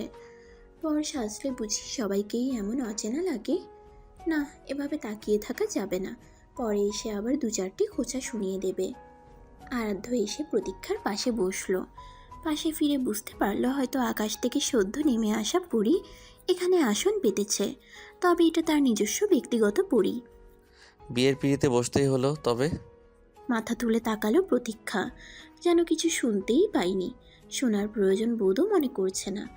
আরাধ্য পুনরায় শুধালো। শাড়িতে মানিয়েছে বেশ। এবার উত্তর দেওয়ার জন্য প্রস্তুত হলো প্রতীক্ষা। ধন্যবাদ। তুমি কি ধন্যবাদ ছাড়া কিছু বলতে পারো না? না। কোনো ভাবান্তর নেই প্রতীক্ষার মধ্যে। আরাধ্য এবার সুর বদলালো। আমার কিন্তু পছন্দ ভালো, কি বলো? ভ্রু কুচকালো প্রতীক্ষা। আশেপাশে মানুষ দেখে মুখে পুনরায় হাসির আভাস আনলো। আরাধ্য দিকে না তাকিয়েই শুধালো। কি বলতে চাইছেন? না, বলছিলাম যে আমার পছন্দ করা শাড়ি পরেছো, এজন্যই তো এত সুন্দর লাগছে। রসিকতার স্বরে শুধোয় আরাধ্য। প্রতীক্ষা এবার ফিরে তাকালো। কি করে নির্লজ্জদের মতো নিজের প্রশংসা করছে। আবার কাল সে শুধু তাকিয়েছিল বলে তারই মাথা কেটে ছেড়েছিল, অথচ নিজের বেলায় 7 গুণ মাফ। নির্লজ্জের মতো প্রশংসা একমাত্র আপনি ছাড়া আর কেউ করতে পারবে না। আরাধ্য প্রতীক্ষার দিকে কিছুটা এগিয়ে এলো, অতঃপর কানে কানে বলল। নিজের বউয়ের বেলায় নির্লজ্জ হতে সমস্যা নেই। ইঙ্গিত বুঝতে পেরে বিস্ময় নিয়ে চোখ বড় বড় করে তাকালো প্রতীক্ষা। ছি ছি, এই লোকের সমস্ত লজ্জা কি করে এতটা লোক পেল? আসলেই একটা ম্যানারলেস। ভরা বিয়ে বাড়িতে কেউ এমন কথা বলে? 3 কবুল বলে বিয়ে সম্পন্ন হলো কিছুক্ষণ আগে। মিসেস শাহানা যেমন খুশি, তেমনি মেয়ে যাওয়ার দুঃখগুলো চেপে বসেছে। মেয়ে ছাড়া তিনি সম্পূর্ণ একা। এই মেয়েটা সারাদিন তার বাড়ি মাতিয়ে রাখত, এখন তো কথা বলার মানুষটাও নেই। তিনি আর কিছু ভাবতে চাইলেন না। হুট করেই কেউ পেছন থেকে এসে হাত চেপে ধরলেন। কিঞ্চিত কেঁপে উঠলেন মিসেস শাহানা। চোখের কোণে হালকা পানি জমে আছে। অগত্যাই মোছার চেষ্টা চালালেন। আমার কাছে মেয়েকে দিয়ে ভরসা পাচ্ছিস না? মিসেস শাহানার অশ্রু মুছে দিয়ে নরম কণ্ঠে শুধালেন রুমা খাতুন। তোকে নিজের থেকেও বেশি ভরসা করি। রুমা খাতুন কিছুটা হাসলেন, শক্ত করে মিসেস শাহানার হাত ধরলেন। আমরা কিনা আমাদের বাচ্চাদের এনজয় করব, আর তা না করে দাঁড়িয়ে দাঁড়িয়ে কান্না করছিস। এবার মিসেস শাহানাও হেসে দিলেন। মুখ টিপে রুমা খাতুন শুধালেন। আসল প্রোগ্রাম কিন্তু বাকি রয়ে গিয়েছে। কি? ভ্রু কুচকিয়ে জিজ্ঞাসু দৃষ্টিতে তাকালেন মিসেস শাহানা। চল দেখবি। বলেই রুমা খাতুন মিসেস শাহানার হাত ধরে স্টেজের দিকে নিয়ে গেলেন। রুমা খাতুন স্টেজে গিয়ে আরাধ্যকে হাতে থাকা আয়নাটা ধরিয়ে দিলেন।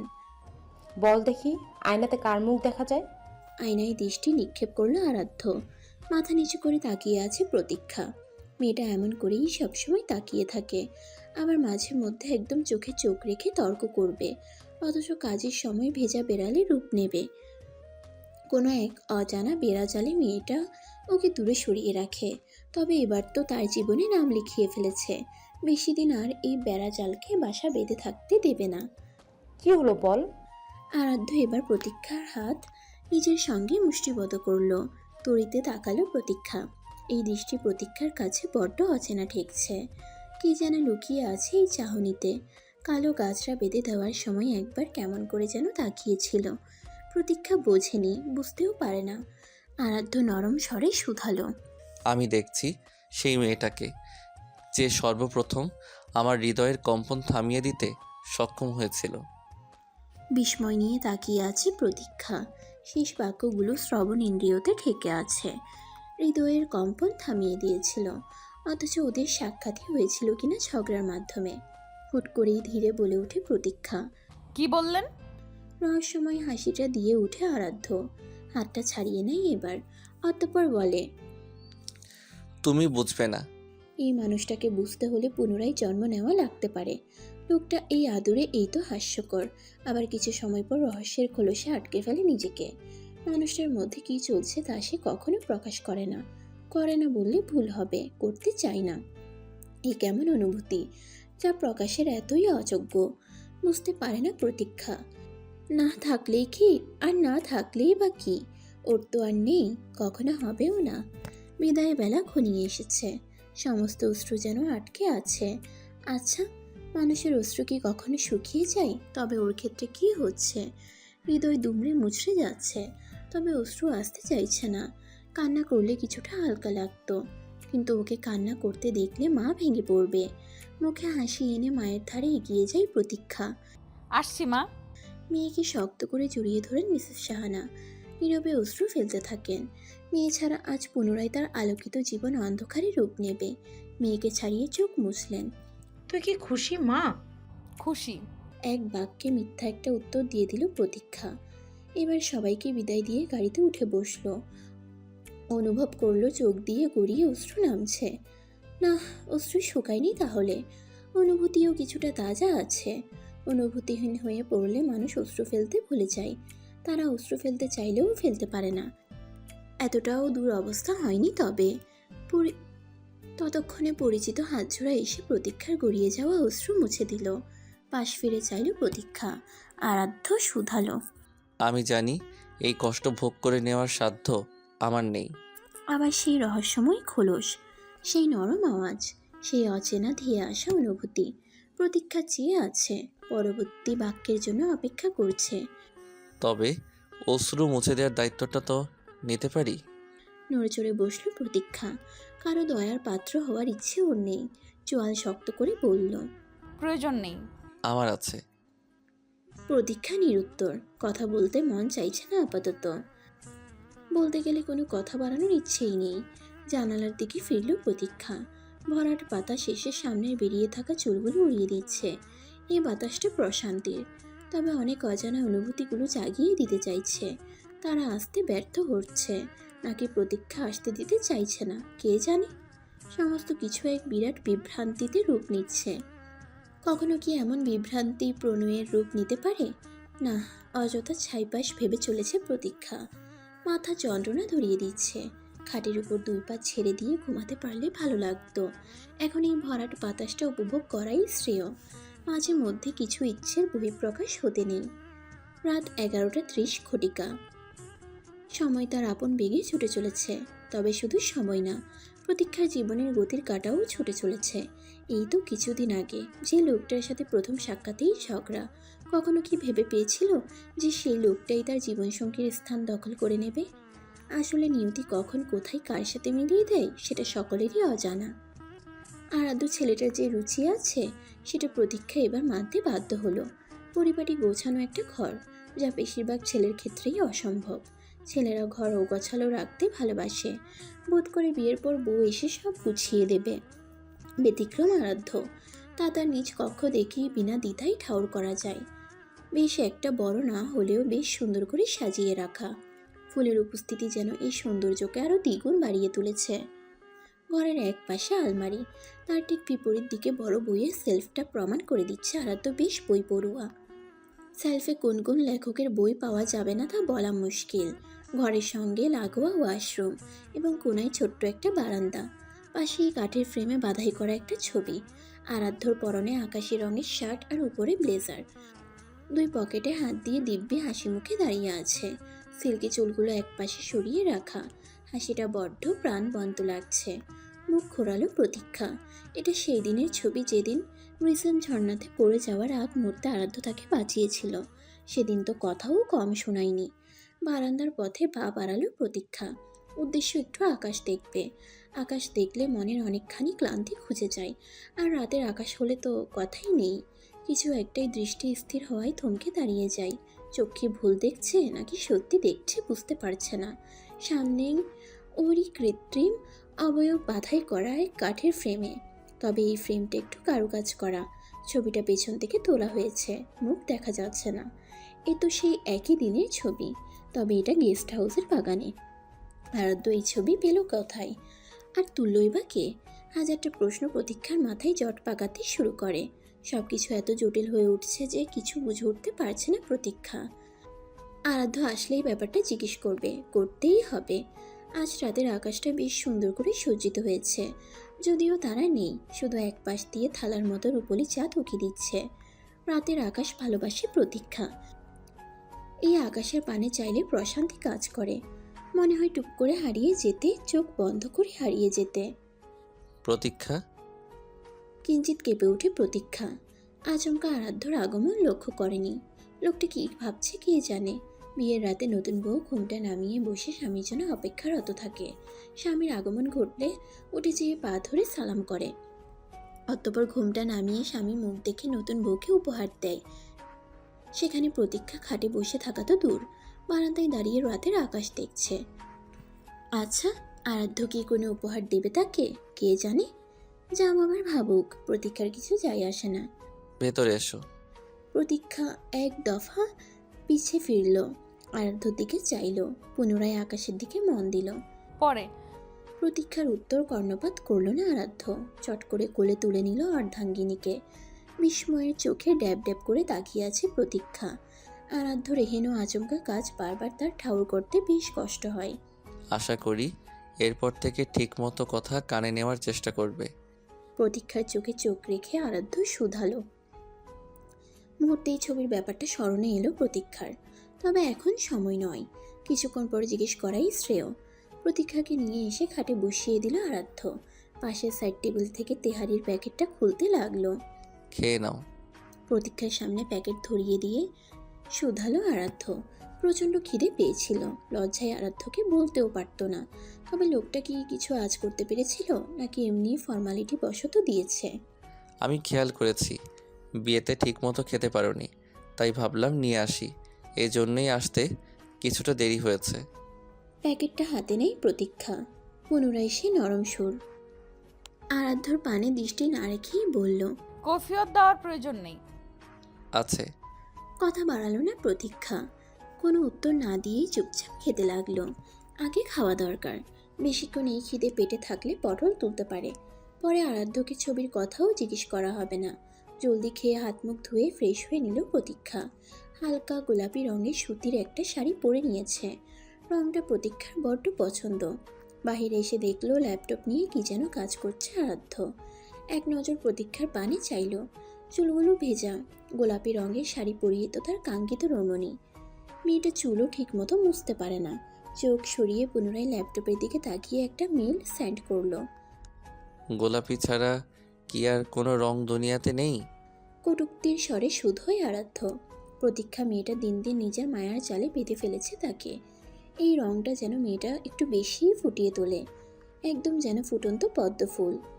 প্রথম যেদিন অপরিচিত প্রতীক্ষার প্রেমে পড়েছিল, সেদিনও এই একই রঙের কামিজ পরেছিল।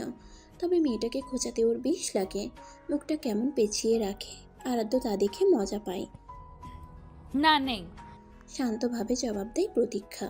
সে কি রং পরবে না পরবে তাও কি এখন অনুমতি নিয়ে পড়তে হবে? মামার বাড়ির আবদার পেয়ে নিয়েছে নাকি? মুহূর্তেই ছবির ব্যাপারটা মাথায় আসলো প্রতীক্ষার। শাড়ির আঁচলটা দেখে নিল। ঠিকঠাক আছে। এগিয়ে এসে আরাধ্যর মুখোমুখি বসলো। একটা কথা জিজ্ঞেস করব। পিডিএফ ফাইল তৈরি করছিল আরাধ্য। ইচ্ছা ছিল আজ সারা রাত গল্প করবে প্রতীক্ষার সাথে। তবে মেয়েটার মধ্যে কোনো ভাবান্তর না দেখে কাজ নিয়ে বসে পড়েছে। বলে ফেলো। ল্যাপটপের দিকে দৃষ্টি রেখে জবাব দিল আরাধ্য। প্রতীক্ষা একটু নড়েচড়ে বসলো, জিজ্ঞাসু দৃষ্টিতে শুধালো। আমার ওই ছবিটা পেলেন কি করে? পিডিএফ করা আর একটু বাকি। এবার ল্যাপটপ বন্ধ করলো আরাধ্য। টানানো ছবিটার দিকে তাকালো, অতঃপর প্রতীক্ষার দিকে নজর আওড়ালো। এটা তুমি কে বললো? বেশ অবাক হলো প্রতীক্ষা। বারে দেখেই বোঝা যাচ্ছে তার ছবি, এমন অস্বীকার করছে কেন লোকটা? ধীর কণ্ঠে প্রতীক্ষা শুধালো। আপনার কি মনে হয় আমি নিজেকে চিনতে পারবো না? না। আরাধ্যর এক শব্দে জবাব। বেশ রাগ হয় প্রতীক্ষার। একে তো তার ছবি বিনা অনুমতিতে টানিয়ে রেখেছে, আবার বলছে এটা সে নয়। প্রতীক্ষাকে রাগে গজগজ করতে দেখে কিছুটা নরম হয় আরাধ্য। খানিক কাছে এসে বলল, যেদিন বুঝবে আমায় মনের আসনে স্থান দিতে পেরেছ, সেদিন জিজ্ঞেস করবে আমি বিনা দ্বিধায় তোমায় জবাব দিয়ে দেব। প্রতীক্ষা কিছু বলতে পারল না। এর উত্তর ওর কাছে নেই। মনের আসন, এতই কি সোজা সব কিছু? দুনিয়াতে সব কিছু যদি এতটা সোজা হতো তাহলে কঠিন নামক কোনো শব্দ থাকতো না, আর অসফল নামের কোনো ব্যক্তির অস্তিত্ব পাওয়া যেত না। বালিশ নিয়ে নিচে নামতে নেই প্রতীক্ষা। পেছন থেকে হাত চেপে ধরে শুধুই আরাধ্য। কোথায় যাও? নিচে। ভ্রু কুঁচকালো আরাধ্য। নতুন বউ কিনা নিচে শুতে চাইছে? আমার শোয়া এতটাও খারাপ না। প্রতীক্ষা চুপচাপ। নাকি ভরসা পাচ্ছ না? আরাধ্যর দিকে চোখ রাখে প্রতীক্ষা। এমন করে তাকাই কেন লোকটা? কি আছে এই দৃষ্টিতে? তবে ভরসা তো করা যায়। আরাধ্য ম্যানারলেস বা বজ্জাত যাই হোক, সম্মান দিতে জানে, সেই বিষয়ে কোনো সন্দেহ নেই। না আসলে উঠে এসো। প্রতীক্ষার বাক্য শেষ না হতেই শক্ত কণ্ঠে আরাধ্য এক প্রকার আদেশ দিয়ে বসলো। তবে প্রতীক্ষা বোঝাতে পারল না যে সমস্যাটা আসলে আরাধ্য না, তাকে নিয়ে। ঘুমানোর সময় লাথি মারা প্রতীক্ষার ছোটবেলার স্বভাব। সেখানে যদি আরাধ্যকে বাই এনি চান্স লাথি দিয়ে বসে, কি একটা লজ্জার ব্যাপার হবে। আর এই লোক তো উঠতে বসতে খোঁচা মারে, তখন খোঁচা মারার একটা নতুন টপিক পেয়ে বসবে। দোয়া দূরত পড়ে ফু দিল প্রতীক্ষা। আজ ঠিকমতো ঘুমোতে পারলে হয়, নাহলে সব মান সম্মান ফিনিশ। ঘুম আসছে না? আরাধ্যর কথায় ভাবনার ব্যাঘাত ঘটল প্রতীক্ষার। এই তো আসছে। বলেই চোখ দুটো বন্ধ করে নিল প্রতীক্ষা। পারলে পা দুটোকে বেঁধে ঘুমাতো, কিন্তু পা বাঁধলে আরাধ্য প্রশ্ন করবে, পা বাঁধলে কেন? তখন প্রতীক্ষা কে বলবে? কি একটা যন্ত্রণার মধ্যে পড়ল। হাবিজাবি ভাবতে ভাবতে একসময় ঘুমিয়ে পড়ল প্রতীক্ষা। তবে ঘুমের মধ্যেও যে কেউ তাকে পর্যবেক্ষণ করে চলেছে তা যেন প্রতীক্ষার অজানাই রয়ে গেল। শহরের এক কোণে দাঁড়িয়ে আছে দোতলা বাড়িটি। আধুনিক ভাষায় প্রকাশ করলে ছোটখাটো একটা ডুপ্লেক্স বলা যায়। সাদার উপর কালশিটে দাগ পড়া বাড়িটি আরাধ্যদের দাদার আমলের। তবে বর্তমানে ওরাই এই বাড়িটির অস্তিত্ব টিকিয়ে রেখেছে। ব্যবসার কাজে আরাধ্যর বাবা বেশিরভাগই ঢাকার বাইরে অবস্থানরত থাকেন, ফলস্বরূপ ছেলের বিয়েতেও আসতে পারেননি। বাড়িটিতে এক কথায় বলতে গেলে আরাধ্য আর তার মাই থাকে। তবে এখন থেকে বাড়ির নতুন সদস্য প্রতীক্ষারও স্থান হয়েছে। সূর্যের আলো এসে গা ছুঁয়ে দিচ্ছে। বাড়ির আশেপাশে গাছপালা থাকায় পাখিদের আনাগোনাও কিছুটা কম নয়। কিচিরমিচির আওয়াজে সকালে ঘুমিয়ে থাকাটা প্রায়ই মুশকিল হয়ে পড়ে। সকাল 8:30 ঘটিকা। আধ ঘন্টা পর ঘড়ির কাঁটা 9টার ঘরে পা দেবে। সকাল 7টার অ্যালার্ম দিয়েও উঠতে পারেনি প্রতীক্ষা। ঘুম ভেঙে সবে চোখ জোড়া খুলল। ফোনটা হাতে নিয়ে দেখলো 8:35 বাজছে। দ্রুত উঠে বসলো। আশেপাশে নজর আওড়ালো। আরাধ্যর ঘরে নিজেকে আবিষ্কার করে বসলো। কাল তো তার বিয়ে হয়েছে। মুহূর্তেই রাতের কথা মনে পড়ে গেল। শাড়ি ঠিকঠাক আছে একদম। তার মানে ঘুমের মধ্যে গুতুগুতি করেনি, হাফ ছেড়ে বাঁচলো। সকালের তীব্র রোদ গায়ে জ্বালা ধরিয়ে দিচ্ছে। জলদি ফ্রেশ হয়ে নেওয়া দরকার। আশেপাশে এক নজর তাকিয়ে আরাধ্যর খোঁজ করে নিল। নেই, ঘরের মধ্যে কোথাও নেই। সকাল সকাল এভাবে হাওয়া হয়ে যাওয়ার মানে কি? কপাট খোলার শব্দ পেয়ে সেদিকে অনুসরণ করে দৃষ্টি দেয় প্রতীক্ষা। পদ্মফুলের ঘুম ভাঙলো তবে? ভ্রু কুঁচকালো প্রতীক্ষা। কিছুটা ঠাউর করতে পারল না। তোমায় দেখতে সদ্য ফুটে ওঠা পদ্মফুল লাগছে, তাই বললাম। প্রতীক্ষা শব্দ করে হেসে ফেলল। লজ্জা লাগছে, কিন্তু সে লজ্জা কেন পাচ্ছে? ভালোবাসার মানুষ প্রশংসা করলে মেয়েরা লজ্জা পায়, তখন ভালো লাগার অনুভূতির জোয়ার বয়ে যায়। তবে কি আরাধ্য? না, এমন কিছুই না যা তা ভেবে চলেছে। হাতে রাখা চায়ের কাপটা সাইড টেবিলে রাখলো আরাধ্য। ফ্রেশ হয়ে চা খেয়ে নাও, তারপর নিচে এসো। আরাধ্য জানলো কি করে চা ছাড়া যে তার সকাল আরম্ভ হয় না? বড্ড জিজ্ঞেস করতে ইচ্ছে করছে। আপনি কি করে জানলেন আমার চা খাওয়ার অভ্যেস সম্পর্কে? তবে জিজ্ঞেস করলো না, হতে পারে মা বলে দিয়েছে। আপনার কি দরকার ছিল? আমিই বানিয়ে নিতাম। যেদিন আমি থাকবো না সেদিনই না হয় বানিয়ে নিও। বলেই ঘর থেকে বেরিয়ে এলো আরাধ্য। প্রতীক্ষা ঠিক বুঝতে পারল না, তবে বোঝার চেষ্টাও করলো না। মানুষটার প্রতিটা কথা এত জটিল, বুঝতে হলে হয়তো এই বেলাটা পার করতে হবে।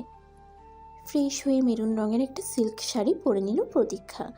চোখে গাঢ় করে কাজল দিল। লিপস্টিক দেওয়ার আর প্রয়োজন মনে করলো না।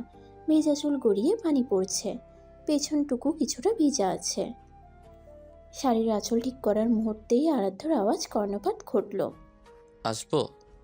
আয়নার দিকে তাকিয়ে আছে প্রতীক্ষা। আঁচল করা শেষ। আরাধ্য ঢুকে পড়লে লজ্জায় পড়তে হতো। একটুখানি ভালো লাগলো, এতটাও তো খারাপ না উনি। হুম। নিচু স্বরে না তাকিয়েই জবাব দিল প্রতীক্ষা।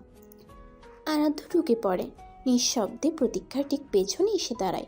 আজকেও মেয়েটার চুল গড়িয়ে পানি পড়ছে। ঘাড়ের কাছ থেকে ভেজা চুল সরিয়ে দিল আরাধ্য। কিঞ্চিত কেঁপে উঠল প্রতীক্ষা। কি করছেন কি? চুপ। এই লোকটার মাথায় কখন কি চেপে বসে প্রতীক্ষা বুঝতে পারে না। তবে এতটুকু বুঝে গিয়েছে যে আরাধ্য নামের মানুষটা জটিল, ভীষণ রকমের জটিল। পকেটে থাকা খয়েরি রঙের লম্বাটে একটা বক্স বের করলো আরাধ্য। ভেতরে একটা চেইন, সোনার, মাঝে ছোট্ট একটা পাথরের ফুল চকচক করছে। দেখে মনে হচ্ছে যেন প্রতীক্ষার জন্যই তৈরি করা হয়েছে। তোমার উপহার। কি যেন একটা ভাবলো প্রতীক্ষা।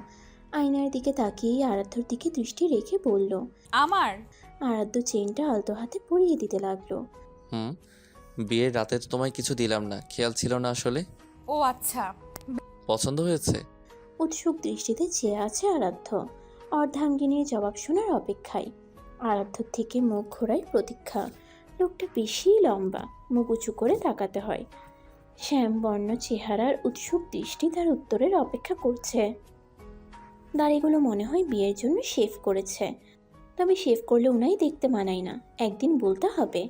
প্রতীক্ষা লকেটের ফুলে হাত রেখে মুচকে একটা হাসি দেয়। বেশ সুন্দর।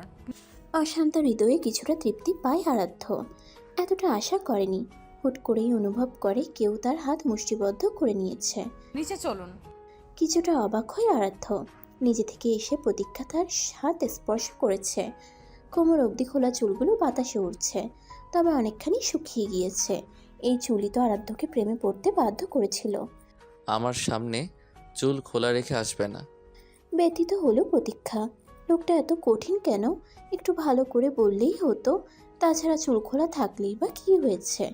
প্রতীক্ষা হাত ছাড়িয়ে হালকা করে বেনি বটে নেয়। মুখ কালো করে দরজার দিকে পা বাড়ায়। দাঁড়াও। প্রতীক্ষা থেমে যায়, তবে পিছে ফিরল না। আরাধ্য সামনে এগিয়ে আসে। আমি তোমায় যেতে বলেছি। এত আদেশ খাটানোর মানে কি? ও কি চাবি ঘোরানো পুতুল, যা তাকে বলা হবে তাই করতে হবে? তবে কোনো বিশেষ ভাবান্তর দেখা দিল না প্রতীক্ষার মধ্যে। মাথা নিচু করে নরম স্বরে জবাব দেয়। না, অনেক। হাত ধরো। তড়িতে মুখ তুলে তাকালো প্রতীক্ষা। আদেশ করা হয়েছে তাকে? হাত ধরার জন্য কেউ আবার আদেশ করে নাকি? ভারী অদ্ভুত তো। প্রতীক্ষার উত্তরের অপেক্ষা না করেই আরাধ্য নিজেই তার হাত ধরে নিচে নিয়ে যায়।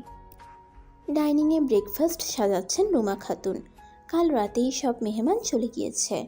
নানান প্রকারের খাবারের মেলা বসেছে, তবে বেশিরভাগই প্রতীক্ষার পছন্দের। Good morning new married couple. আরাধ্য এবং প্রতীক্ষাকে আসতে দেখে হাসি মুখে শুধালেন রুমা খাতুন। মুচকি হেসে নীরব জবাব দিয়ে চেয়ার টেনে বসে পড়ে প্রতীক্ষা। দেখে বেশ অবাক হয়, বেশিরভাগই তার প্রিয় খাবারের তালিকায় রয়েছে। রুমা খাতুন বুঝতে পেরে বললেন। ছোটবেলায় তুমি এগুলো ভালোবাসতে, আমার মনে আছে। ধন্যবাদ আন্টি। আন্টি? কিছুটা বিপাকে পড়ল প্রতীক্ষা। না মানে আসলে মা, ওকে আগে আমাদের সাথে খাপ খাইয়ে নিতে দাও, পরে দেখা যাবে। প্রতীক্ষা কিছু বলার আগেই আরাধ্য জবাব দিয়ে দিল। মানুষটা ওকে সব দিক দিয়ে পর্যবেক্ষণে রাখছে, খেয়াল রাখছে। তারও কি রাখা উচিত? তারও তো কিছু দায়িত্ব আছে ওনার প্রতি। কাল থেকে আজ এখন পর্যন্ত এতটুকু প্রতীক্ষা বুঝে গিয়েছে যে আরাধ্য মানুষটা যেমনই হোক, তবে ভালো একজন মানুষ। যেই মানুষটাকে কাল রাতেও বজ্জাত মনে হয়েছিল, তাকে আজ ও ভালো মানুষ বলছে। তবে তার ব্যবহার প্রতি মুহূর্তে ভালো লাগার আবরণ তৈরি করছে প্রতীক্ষার মধ্যে। একদিকে ভালো লাগা, আর একদিকে এ কেমন বিভ্রান্তি। সব কিছু ভীষণ কঠিন হয়ে উঠছে। স্কুল থাকতে গণিতকেও এতটা জটিল মনে হতো না। নাস্তা সেরে এসে উপরে উঠে আসে প্রতীক্ষা। পাখিদের কিচিরমিচির শোনা যাচ্ছে না। চারিপাশে নীরবতা বিরাজমান। ঘরে প্রবেশ করার আগ মুহূর্তে আরাধ্য বলে ওঠে। তুমি যে তো ভালো ফাইটিং জানো, আমায় বললে না তো। কাল থেকে যেই পরিশ্রম হয়েছে, প্রতীক্ষা ভেবেছিল উপরে এসে একটু জিরোবে। তার হলো কোথায়? ফাইটিং শব্দটা উচ্চারণের নিমিত্তে কি আছে তা ঠিক বুঝে উঠতে পারল না। ফাইটিং? আরাধ্য সামনে এগিয়ে এলো। আগে জানতাম তুমি কথা বলায় বেশ পারদর্শী, তবে কাল রাতে সে ধারণা টপকিয়ে দেখলাম তুমি ফাইটিংও ভালোই পারো। সামনে থাকে মানুষটা ঠিক কী বোঝাতে চাইছে প্রতীক্ষা অকপটেই তা বুঝে ফেলল। কি বলা যায় এখন?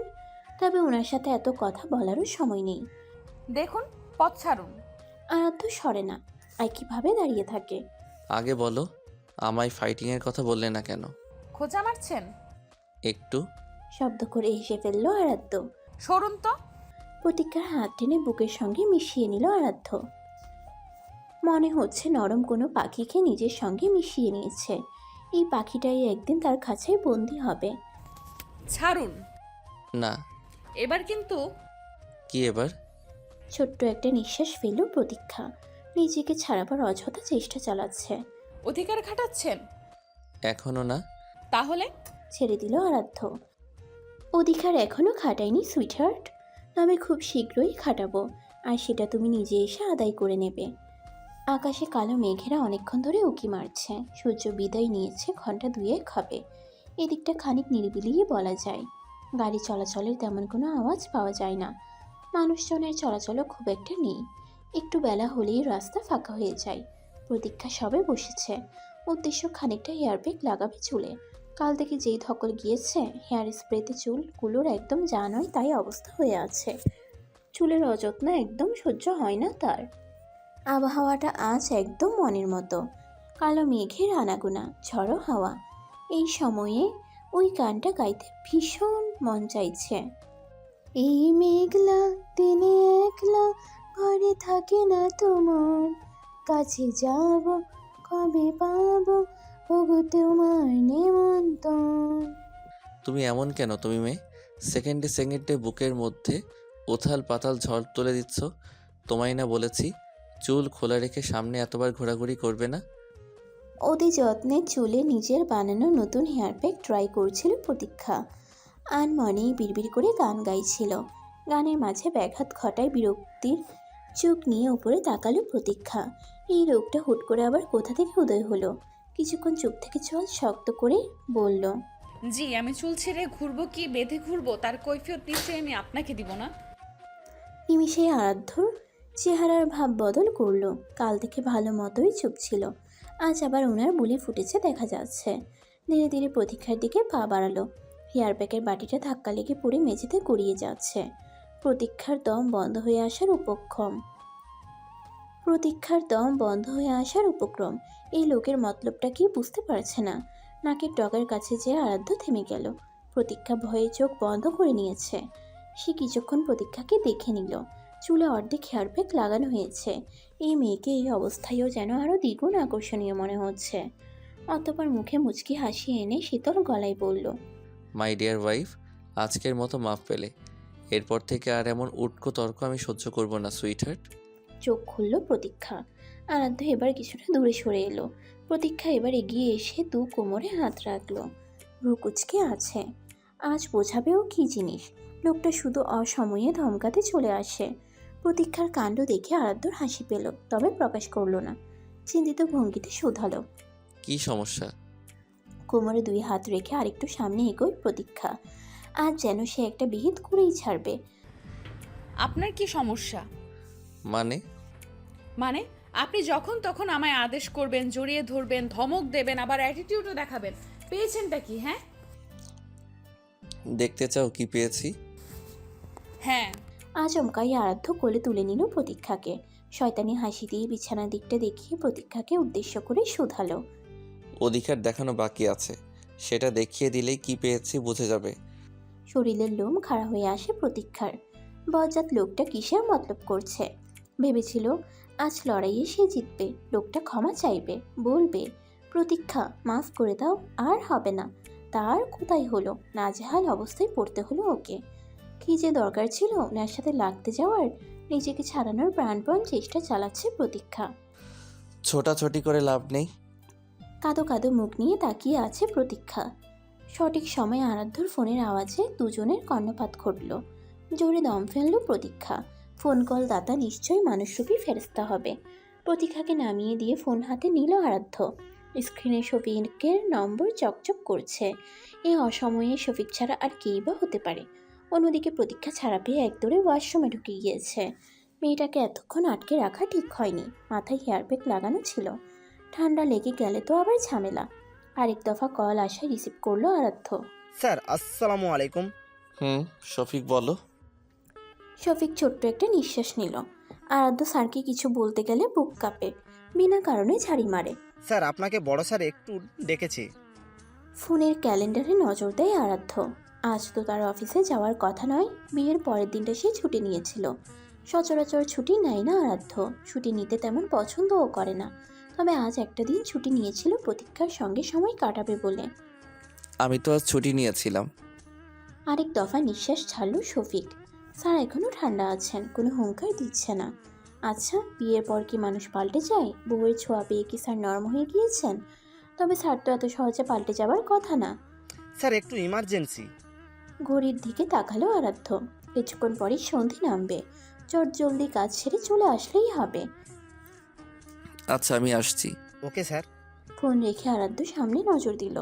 ভেজা চুল মুছতে মুছতে বেরিয়ে আসছে প্রতীক্ষা। ভেজা চুল নাকি নারীদের সৌন্দর্য আরও দ্বিগুণ করে তোলে। আরাধ্য কখনো কোনো মেয়েকে ভেজা চুলে দেখেনি, শুধু দেখেছে তার মাকে। মাকে দশম শ্রেণীতে এক দফা জিজ্ঞেস করেছিল, মা তোমায় কি ভেজা চুলে সুন্দর লাগে? খুবই বোকার মতো প্রশ্ন। রোমা খাতুন ছেলের প্রশ্ন বুঝে মাথায় হাত রেখে বলেছিলেন, যেদিন তোর জন্য একটা লাল টুকটুকে বউ আনবো সেদিন বুঝতে পারবি। প্রতীক্ষাই তার জীবনের প্রথম নারী, তার কাঙ্ক্ষিত রমণী, তার হৃদকম্পনের অধিকারিণী। তবে সেই প্রশ্নের উত্তর আরাধ্য বিয়ের আগেই পেয়ে গিয়েছিল, যেদিন সে প্রতীক্ষাকে বৃষ্টি বিলাস করতে দেখেছিল। ভাবনার ব্যাঘাত ঘটিয়ে প্রতীক্ষার নিকটে পৌঁছালো আরাধ্য। আমার একটু অফিসে কাজ পড়েছে। আয়নার সামনে চুল মুছে চলেছে প্রতীক্ষা, তবে পারছে না। একইভাবে ভেজা চুল গড়িয়ে পানি পড়ছে। এবার আরাধ্য তোয়ালিটা নিয়ে নিল, যত্ন করে প্রতীক্ষার চুল আলতো হাতে মুছতে লাগলো। প্রতীক্ষা কিছু বলল না, কিছু বললেও কাজ হবে না সে জানে। আরাধ্য যা করার তা করেই ছাড়বে। শুনেছ কি বললাম? হুম। তুমি তৈরি হয়ে নাও, তাহলে তোমাদের বাসায় দিয়ে আসি তোমাকে। আসার সময় আবার নিয়ে আসবো। চুল মোছা শেষ, আরাধ্য বারান্দায় গিয়ে ভেজা তোয়ালে রেখে আসলো। গুড়ি গুড়ি করে বৃষ্টি নামা শুরু হয়েছে। কিছুক্ষণ পর যে থমছে নামবে না তারও গ্যারান্টি নেই। জলদি রওনা হওয়া দরকার। প্রতীক্ষা একইভাবে আয়নার সামনে দাঁড়িয়ে আছে। শুধু দাঁড়িয়ে নয়, কি যেন একটা ভাবনা চলছে মনের মধ্যে। ভাবনা বললেও ভুল হতে পারে। গ্রীষ্মকালে যেমন কালবৈশাখী হয়, সব কিছু লণ্ডভণ্ড করে দিয়ে চলে যায়, মনের মধ্যে ঠিক তেমন ঝড়টা বয়ে চলেছে। কেমন যেন এক অনুভূতির আবির্ভাব টের পাচ্ছে, তবে অসম্পূর্ণভাবে। এই কেমন অনুভূতি বোঝা দেয়, আগে কখনো এমন হয়নি। আচ্ছা, বিয়ে হয়েছে বলে এমন লাগছে? সবারই কি এমন অনুভূতি হয়? আরাধ্যকে ইদানিং খারাপ লাগছে না প্রতীক্ষার। মনে হচ্ছে আরাধ্য আরও একটু যত্ন করুক, আরও একটু খেয়াল রাখুক। কেমন যেন আপন আপন লাগছে। এই যেন অপ্রিয় নামের এক প্রিয় অনুভূতি। কি ব্যাপার, তৈরি হওনি? আরাধ্যর কথায় ঘোর ভাঙল প্রতীক্ষার। জলদি আলমারি থেকে একটা সালোয়ার কামিজ বের করে নিল। ওয়াশরুমে যেয়ে চেঞ্জ করে আরাধ্যর সামনে এসে দাঁড়িয়ে পড়ল। রেডি। ফোনে তাকিয়ে কি যেন চাপাচাপি করছে আরাধ্য, প্রতীক্ষার দিকে খেয়াল করলো না। এসো, আমি গাড়ি বের করছি। প্রতীক্ষা একটু কষ্ট পেল। এত কি জরুরি কাজ ফোনের মধ্যে লুকিয়ে আছে যে ওকে একটু করে দেখলো না? বড্ড অভিমান জমলো আরাধ্যর প্রতি। তবে এই অভিমান জমার কারণ কি? আরাধ্য কি তাহলে ধীরে ধীরে ওর মনে জায়গা করে নিল? অবশেষে কি বিভ্রান্তি প্রণয়ের রূপ নেবে? গাড়ির হর্নের আওয়াজ পেয়ে জলদি নিচে আসে প্রতীক্ষা। যা হবার হবে, তবে অচেনা সেই ধেয়ে আসা অনুভূতির জালে প্রতীক্ষা পা রেখে ফেলেছে। তা সে ঠিকই ঠাউর করতে পেরেছে। Sir, may I come? আরে গুড ইভিনিং ইয়াং ম্যান, এসো এসো। মুখে কিঞ্চিত হাসির রেখা এনে আরাধ্য তার স্যারের কক্ষে প্রবেশ করল। ধন্যবাদ স্যার। তোমাকে এই মুহূর্তে ডেকে পাঠানোর জন্য অত্যন্ত দুঃখিত। না না স্যার, কি বলছেন? এটা তো আমার দায়িত্ব। হ্যাঁ আমি জানি তুমি দায়িত্বের অবহেলা একদম পছন্দ করো না। মুচকি হেসে আরাধ্য নীরবে জবাব দিয়ে দিল, খাগড়াছড়ির যে প্রজেক্টটা তোমায় দিয়েছিলাম সেটা তো কমপ্লিট করেছিলে, রাইট? জি স্যার। তবে প্রজেক্ট কমপ্লিটের মেন কপিটা আমি পাচ্ছি না। তুমি যদি আরেকটা ফাইল রেডি করে দিতে তবে কোনো চাপ নেই। স্যার চিন্তা করবেন না, আমি রেডি করে ডেস্কে সাবমিট করে যাচ্ছি স্যার। ম্যারিড লাইফ কেমন লাগছে সেটা আগে বলো। আরাধ্য কিছুটা লজ্জা পেল, নিচে তাকিয়ে বলল, স্যার সবে তো শুরু, এখনও তো জানি না। জানবে জানবে শীঘ্রই বুঝবে বউ কি জিনিস। জি স্যার, নিশ্চয়ই। আচ্ছা তাহলে এখন তুমি কাজে লেগে পড়ো, জলদি বাসায় চলে যেও না হয়। ঠিক আছে স্যার। বাহিরে ঝুম বৃষ্টি। শ্রাবণের ইশারাতে যেমন করে বৃষ্টির ঝড় আগমন ঘটে ঠিক তেমনই। তবে এখন তো শ্রাবণ মাস নয়। আকাশের মেঘের ডাক প্রতিনিয়ত সতর্ক করছে যে বৃষ্টি আরও জোরে নামবে। ইস, যদি ভেজা যেত। কিন্তু আরাধ্য শক্ত গলায় মানা করে গিয়েছে বৃষ্টিতে না ভিজতে। আসার পথে যে সেই বৃষ্টি শুরু হলো, এখন পর্যন্ত তো আমার নাম নেই। আরাধ্যর কথাগুলো এখন শুনতে ইচ্ছে হয়। মনে হয় বলুক বেশি করে, আর সে শুনুক। হয়তো এই ইচ্ছেগুলো সেই অজানা অনুভূতিরই তীব্র প্রভাব। হৃদয়ে কখনো কোনো পুরুষকে স্থান দেয়নি প্রতীক্ষা। আরাধ্য প্রথম, কোনো পরপুরুষ নয়, তার স্বামী। কিছুদিন আগেও তো মানুষটাকে পছন্দ করতো না, তবে এখন বড্ড আপন মনে হয়, যেন কতদিনের পরিচয়।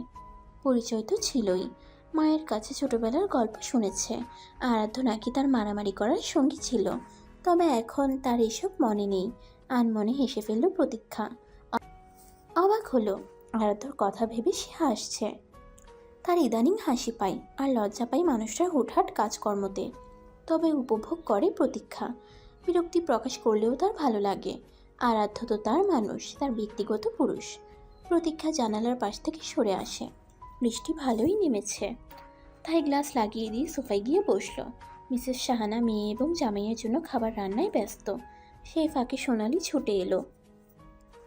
প্রতীক্ষার সঙ্গে তার অনেক গল্প বাকি আছে, সেগুলো সেরে আসা দরকার। কোমরে ওড়না পেঁচিয়ে প্রতীক্ষার ধারে বসে পড়ে সোনালি। আইলাম একটু আপনার লগে আড্ডা মারতে আভামনি। দাঁত কটা বের করে হাসি দিয়ে শুধাই সোনালি। প্রতীক্ষা পার্স থেকে ফোন বের করছিল আরাধ্যকে একবার কল করবে বলে। সোনালিকে দেখে থেমে গেল, কিঞ্চিত হাসল। ভালো করেছো, আসার পর থেকে মাও সেই রান্নাতেই ব্যস্ত, আমার দিকে একটুও খেয়াল নেই। আরে আফামনি, জামাই আইব, ভালো রান্নার একটু দরকার আছে না, এর লাইগাই তো। বুঝেছি। জানালার দিকে আরেকবার একটু চোখ দিল প্রতীক্ষা। বৃষ্টি থেমে গিয়েছে, গাছের পাতা থেকে টপ টপ করে পানি ঝরছে। বৃষ্টির পরের মুহূর্তটাও ভালো লাগে। প্রকৃতি কেমন সতেজ সতেজভাবে সজ্জিত হয়ে ওঠে। আফামনি, একখান কথা কইতাম।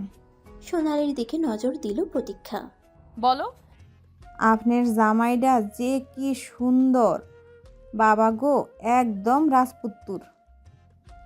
পাইলেন কই? কেন দেখি। এই যে আবার বেশি কথা শুরু করেছো। না, কইলাম আর কি, আপনার জামাই তো ভালা, কি সুন্দর আপনার লগে থাকে। আমারটা তো অন্য বেটির লগে ভাগ্যা গেছে গা। আমারে বিয়া কইরাও অন্য বেডিরে নিয়া পড়ছে। চিন্তা করতে পারেন, বেডা মানুষ যে কি খারাপ। পরে আপনার জামাইরে দেখা বুঝলাম সবাই আসলে এক না। আপনি একদম সোনার টুকরা জামাই পাইছেন। প্রতীক্ষা ছোট্ট নিঃশ্বাস ফেলল। সোনালি মেয়েটার মনে কত কষ্ট, তাও সে হাসি খুশি থাকে, কাউকে কিছু বুঝতেই দেয় না। আরাধ্য আসলেই ভালো একজন মানুষ, সেটা প্রতি মুহূর্তে প্রতীক্ষা টের পাচ্ছে। সোনালির কাঁধে আলতো হাত রাখে প্রতীক্ষা। চিন্তা করো না, তোমার জন্যও কেউ আসবে। ওইগুলো নিয়ে আর চিন্তা করি না ভামনি, যা হবার হইব। আচ্ছা, তোমার স্বামী এমন করলো কেন?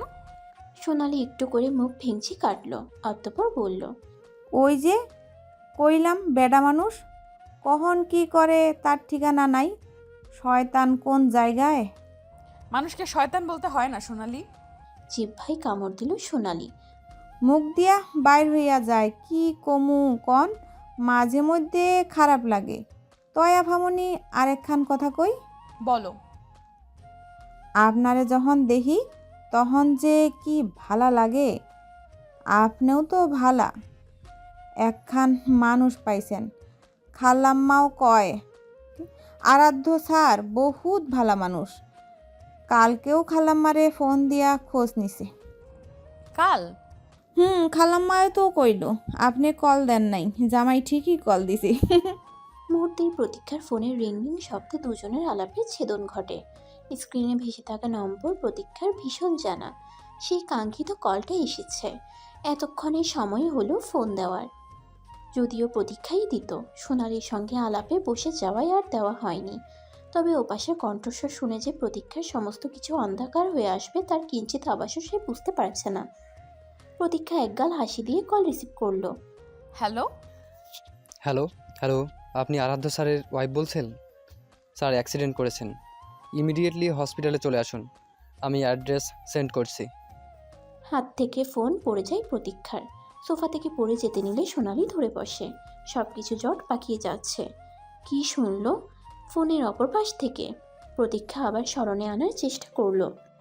স্ক্রিনের নম্বরের দিকে আরেকবার চোখ বুলালো। হ্যাঁ, আরাধ্যরই নম্বর এটা।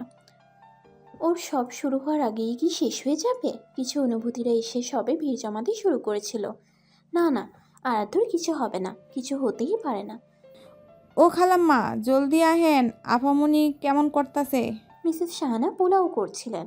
নারকেলের দুধ দেওয়ার আগ মুহূর্তে সোনালি চিৎকার তার কর্ণপাত ঘটে। দৌড়ে ছুটে এসে দেখতে পান মেয়ে ফ্লোরে বসে আছে, আর একইভাবে সোনালি তাকে ঝাঁকিয়ে যাচ্ছে। তবে প্রতীক্ষার মুখ দিয়ে কথা ফুটছে না। মেয়ের কাছে ছুটে যান মিসেস শাহানা। এই প্রতীক্ষা, কি হয়েছে? মাকে দেখে নিজেকে সামলে উঠতে পারল না প্রতীক্ষা। হু হু করে কেঁদে উঠল। দম ফেলতে প্রচুর কষ্ট হচ্ছে। সবকিছু এলোমেলো হয়ে আছে। অশ্রু চোখে মায়ের দিকে তাকালো প্রতীক্ষা। মা, আরাধ্য। মিসেস শাহানার বুক কেঁপে উঠল। কি হয়েছে আরাধ্যর? ঠিক আছে তো? বলো প্রতীক্ষা। প্রতীক্ষার কান্নার বেগ পূর্বের তুলনায় বৃদ্ধি পেল। হাত দুটো মুষ্টিবদ্ধ করে রেখেছে। নিজেকে সামলে রাখার প্রাণপণ চেষ্টা চালাচ্ছে, তবে সম্পূর্ণভাবে ব্যর্থ হচ্ছে। আরাধ্য অ্যাক্সিডেন্ট করেছে মা। হসপিটালে বসে আছে সবাই। কান্নাকাটি করায় প্রতীক্ষার নাজেহাল অবস্থা। এতটুকু সময়ে চোখ মুখ ফুলে একাকার হয়ে আছে। এদিকে মিসেস শাহানা একদিকে প্রতীক্ষা আর একদিকে রুমা খাতুনকে সান্ত্বনা দিয়ে যাচ্ছেন। রাত বাজছে 11:30। আরাধ্যর এখন অবধি জ্ঞান ফেরেনি, তবে খারাপ কোনো আশঙ্কা নেই এতটুকু আস্থা দিয়ে গিয়েছেন ডক্টর। বৃষ্টির মধ্যে হার্ট ব্রেক করায় মাথায় খানিক আঘাত পেয়ে রক্তপাত হয়েছে। 2-1 ঘন্টার মধ্যে আরাধ্যর জ্ঞান ফেরার কথা, তাই হলো। 12:45 ক্ষণে আরাধ্যর জ্ঞান ফিরল। মিসেস শাহানা এবং রুমা খাতুন দৌড়ে কেবিনে প্রবেশ করলেন, প্রতীক্ষা ব্যতীত। বাহির দিক থেকে উকি দিয়ে আছে প্রতীক্ষা। এভাবেই দেখুক ও আরাধ্যকে। অজানা ব্যথায় হৃদয় জর্জরিত হয়ে আছে। মনটা বড় চাচ্ছে যে খানিক জড়িয়ে ধরতে, একটু বলতে যে, আপনাকে ছাড়া এতক্ষণ আমার মরণ প্রায় অবস্থা হয়েছিল, তা কি জানেন? আপনি ভীষণ খারাপ। মুহূর্তেই গুমোট মেঘলা আকাশের ন্যায় একরাশ অভিমান ভর করল প্রতীক্ষার মনগহীনে। যেন কিছুক্ষণ পর সেই আকাশে পুনরায় বৃষ্টিপাত ঘটবে। চোখজোড়া খুলে আরাধ্য আশেপাশে খোঁজ করল, তবে কাঙ্ক্ষিত মানুষটার মুখাবয়ব নজর এলো না। রুমা খাতুন ছেলেকে আলতো হাতে জড়িয়ে ধরলেন, কান্নার বেগ দমিয়ে শক্ত কণ্ঠে শুধালেন। কতবার বলেছি তোকে এত ফাস্ট ড্রাইভ করবি না? আরাধ্য চুপচাপ, চোখ এখনো সেই মানুষটার জন্য পাগল প্রায় হয়ে পড়েছে। আরাধ্য বাবা, কিছু বলছিস না কেন? কিছুক্ষণ চুপ থেকে ফোঁস করে নিঃশ্বাস ছাড়লো আরাধ্য। মা, আমার বউ কোথায়? মিসেস শাহানা এবং রুমা খাতুন দুজনের দিকে দৃষ্টি দিলেন। তাই তো, প্রতীক্ষার তো এখানে থাকার কথা ছিল। আরাধ্যর জ্ঞান ফেরার পর দেখাই যায়নি।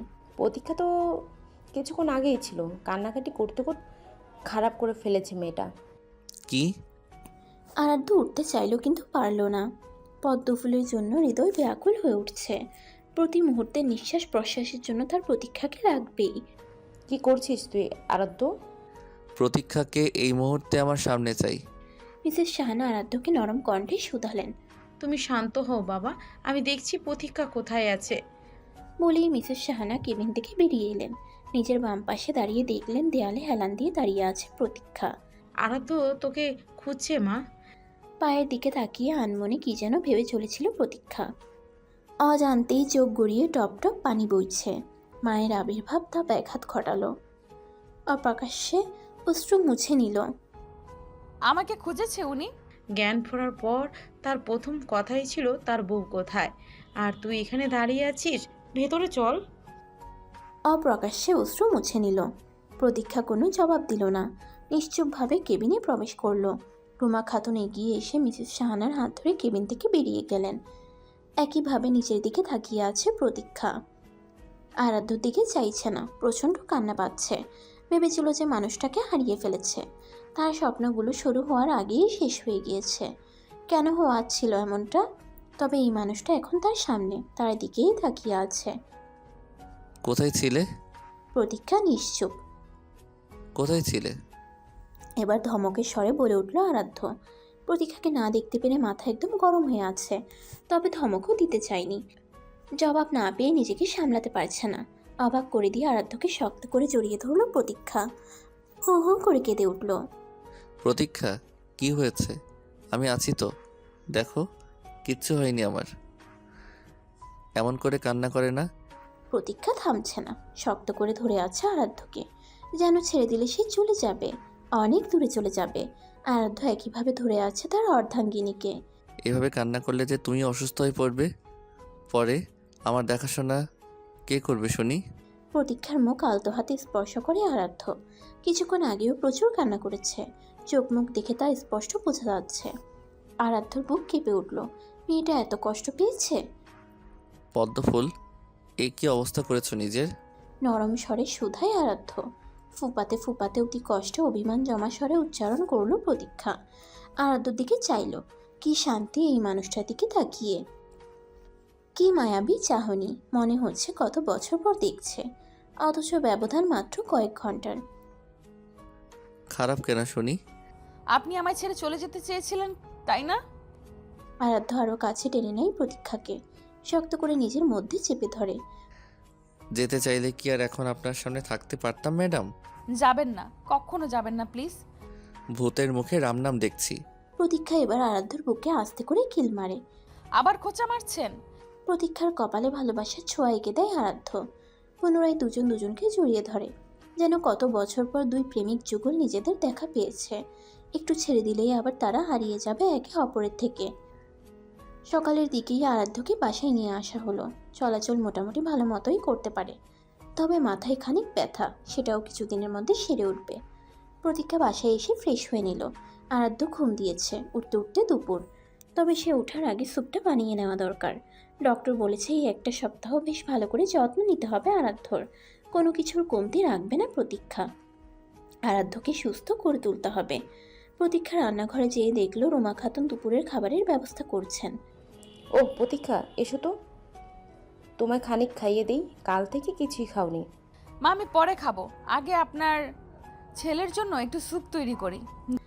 আন্টি বলতে যেও থেমে যায় প্রতীক্ষা। মায়ের মতো মানুষকে মা বলবে না তো কি বলবে? এই মানুষটা প্রতীক্ষার ভীষণভাবে যত্ন করে। রুমা খাতুন খানিক এগিয়ে এলেন। আমি তোমার কোনো কথা শুনছি না, এসো আগে খেয়ে নাও। প্রতীক্ষা কিছু বলল না। রুমা খাতুনের কথা মতো ডাইনিংয়ে যেয়ে বসে পড়ল। খানিক খাবার বেড়ে প্রতীক্ষার জন্য মাখিয়ে আনলেন রুমা খাতুন। আরাধ্য, উঠেছো মা? মুখে এক লোকমা খাবার নিয়েছে প্রতীক্ষা, মাথা দুলিয়ে না বোধক উত্তর দেয়। আচ্ছা ঠিক আছে, উঠলে তাহলে তুমিই খাইয়ে দিও, ওকে? কেমন? জি মা। বিয়ের আজ এক সপ্তাহ চলমান। আরাধ্য ভালোই সুস্থ হয়ে উঠেছে। মাথার ব্যথা তেমন একটা নেই বললেই চলে, তবে বেশিরভাগ ক্রেডিটই প্রতীক্ষাকে দেওয়া যেতে পারে। দিনরাত খেয়াল রেখে গিয়েছে মেয়েটা। আরাধ্য তো হেসে হেসে বলে, বউয়ের সেবায় সুস্থ হয়েছি। প্রতীক্ষা তখন চিমটি কাটে, যেখানে সেখানে এসব বললে লোকে কি বলবে। মধ্যাহ্ন শেষ হয়ে অপরাহ্নের পথে আকাশে আবার মেঘ ঘনিয়েছে। কিঞ্চিত রোদ এসে ঘরে উকি ঝুঁকি মারছে। পাখিরা মেলা বসিয়েছে নিজেদের। প্রতীক্ষা পর্দা সরিয়ে দিল। বাইরে ঠান্ডা বাতাস বইছে। এই বাতাসটা ভালো লাগে, ভীষণ শান্তির বাতাস। প্রতীক্ষা, আরাধ্যর ডাকে পিছে ফিরল প্রতীক্ষা। মানুষটাকে এখন বড্ড ভালো লাগে। মাথার আঘাতটা কিঞ্চিত দেখা যাচ্ছে, আগের থেকে কিছুটা শুকিয়ে গিয়েছে। কোচা কোচা দাড়িগুলো আবার গুছিয়েছে, তবে এবার আর কাটতে দেবে না ও। শ্যামবর্ণের সুদর্শন যুবকটাকে এমনভাবেই মানায়। এগিয়ে আসতেই প্রতীক্ষার কোমর জড়িয়ে নিল আরাধ্য। চুলের খোপা পেছন থেকে খুলে দিল। চুল বেঁধে রাখবে না আমার সামনে? প্রতীক্ষা এবার অবাক হলো। এই তো কিছুদিন আগেই বলল চুল খোলা রেখে সামনে না আসতে, আর এখন নিজেই মত বদলাচ্ছে।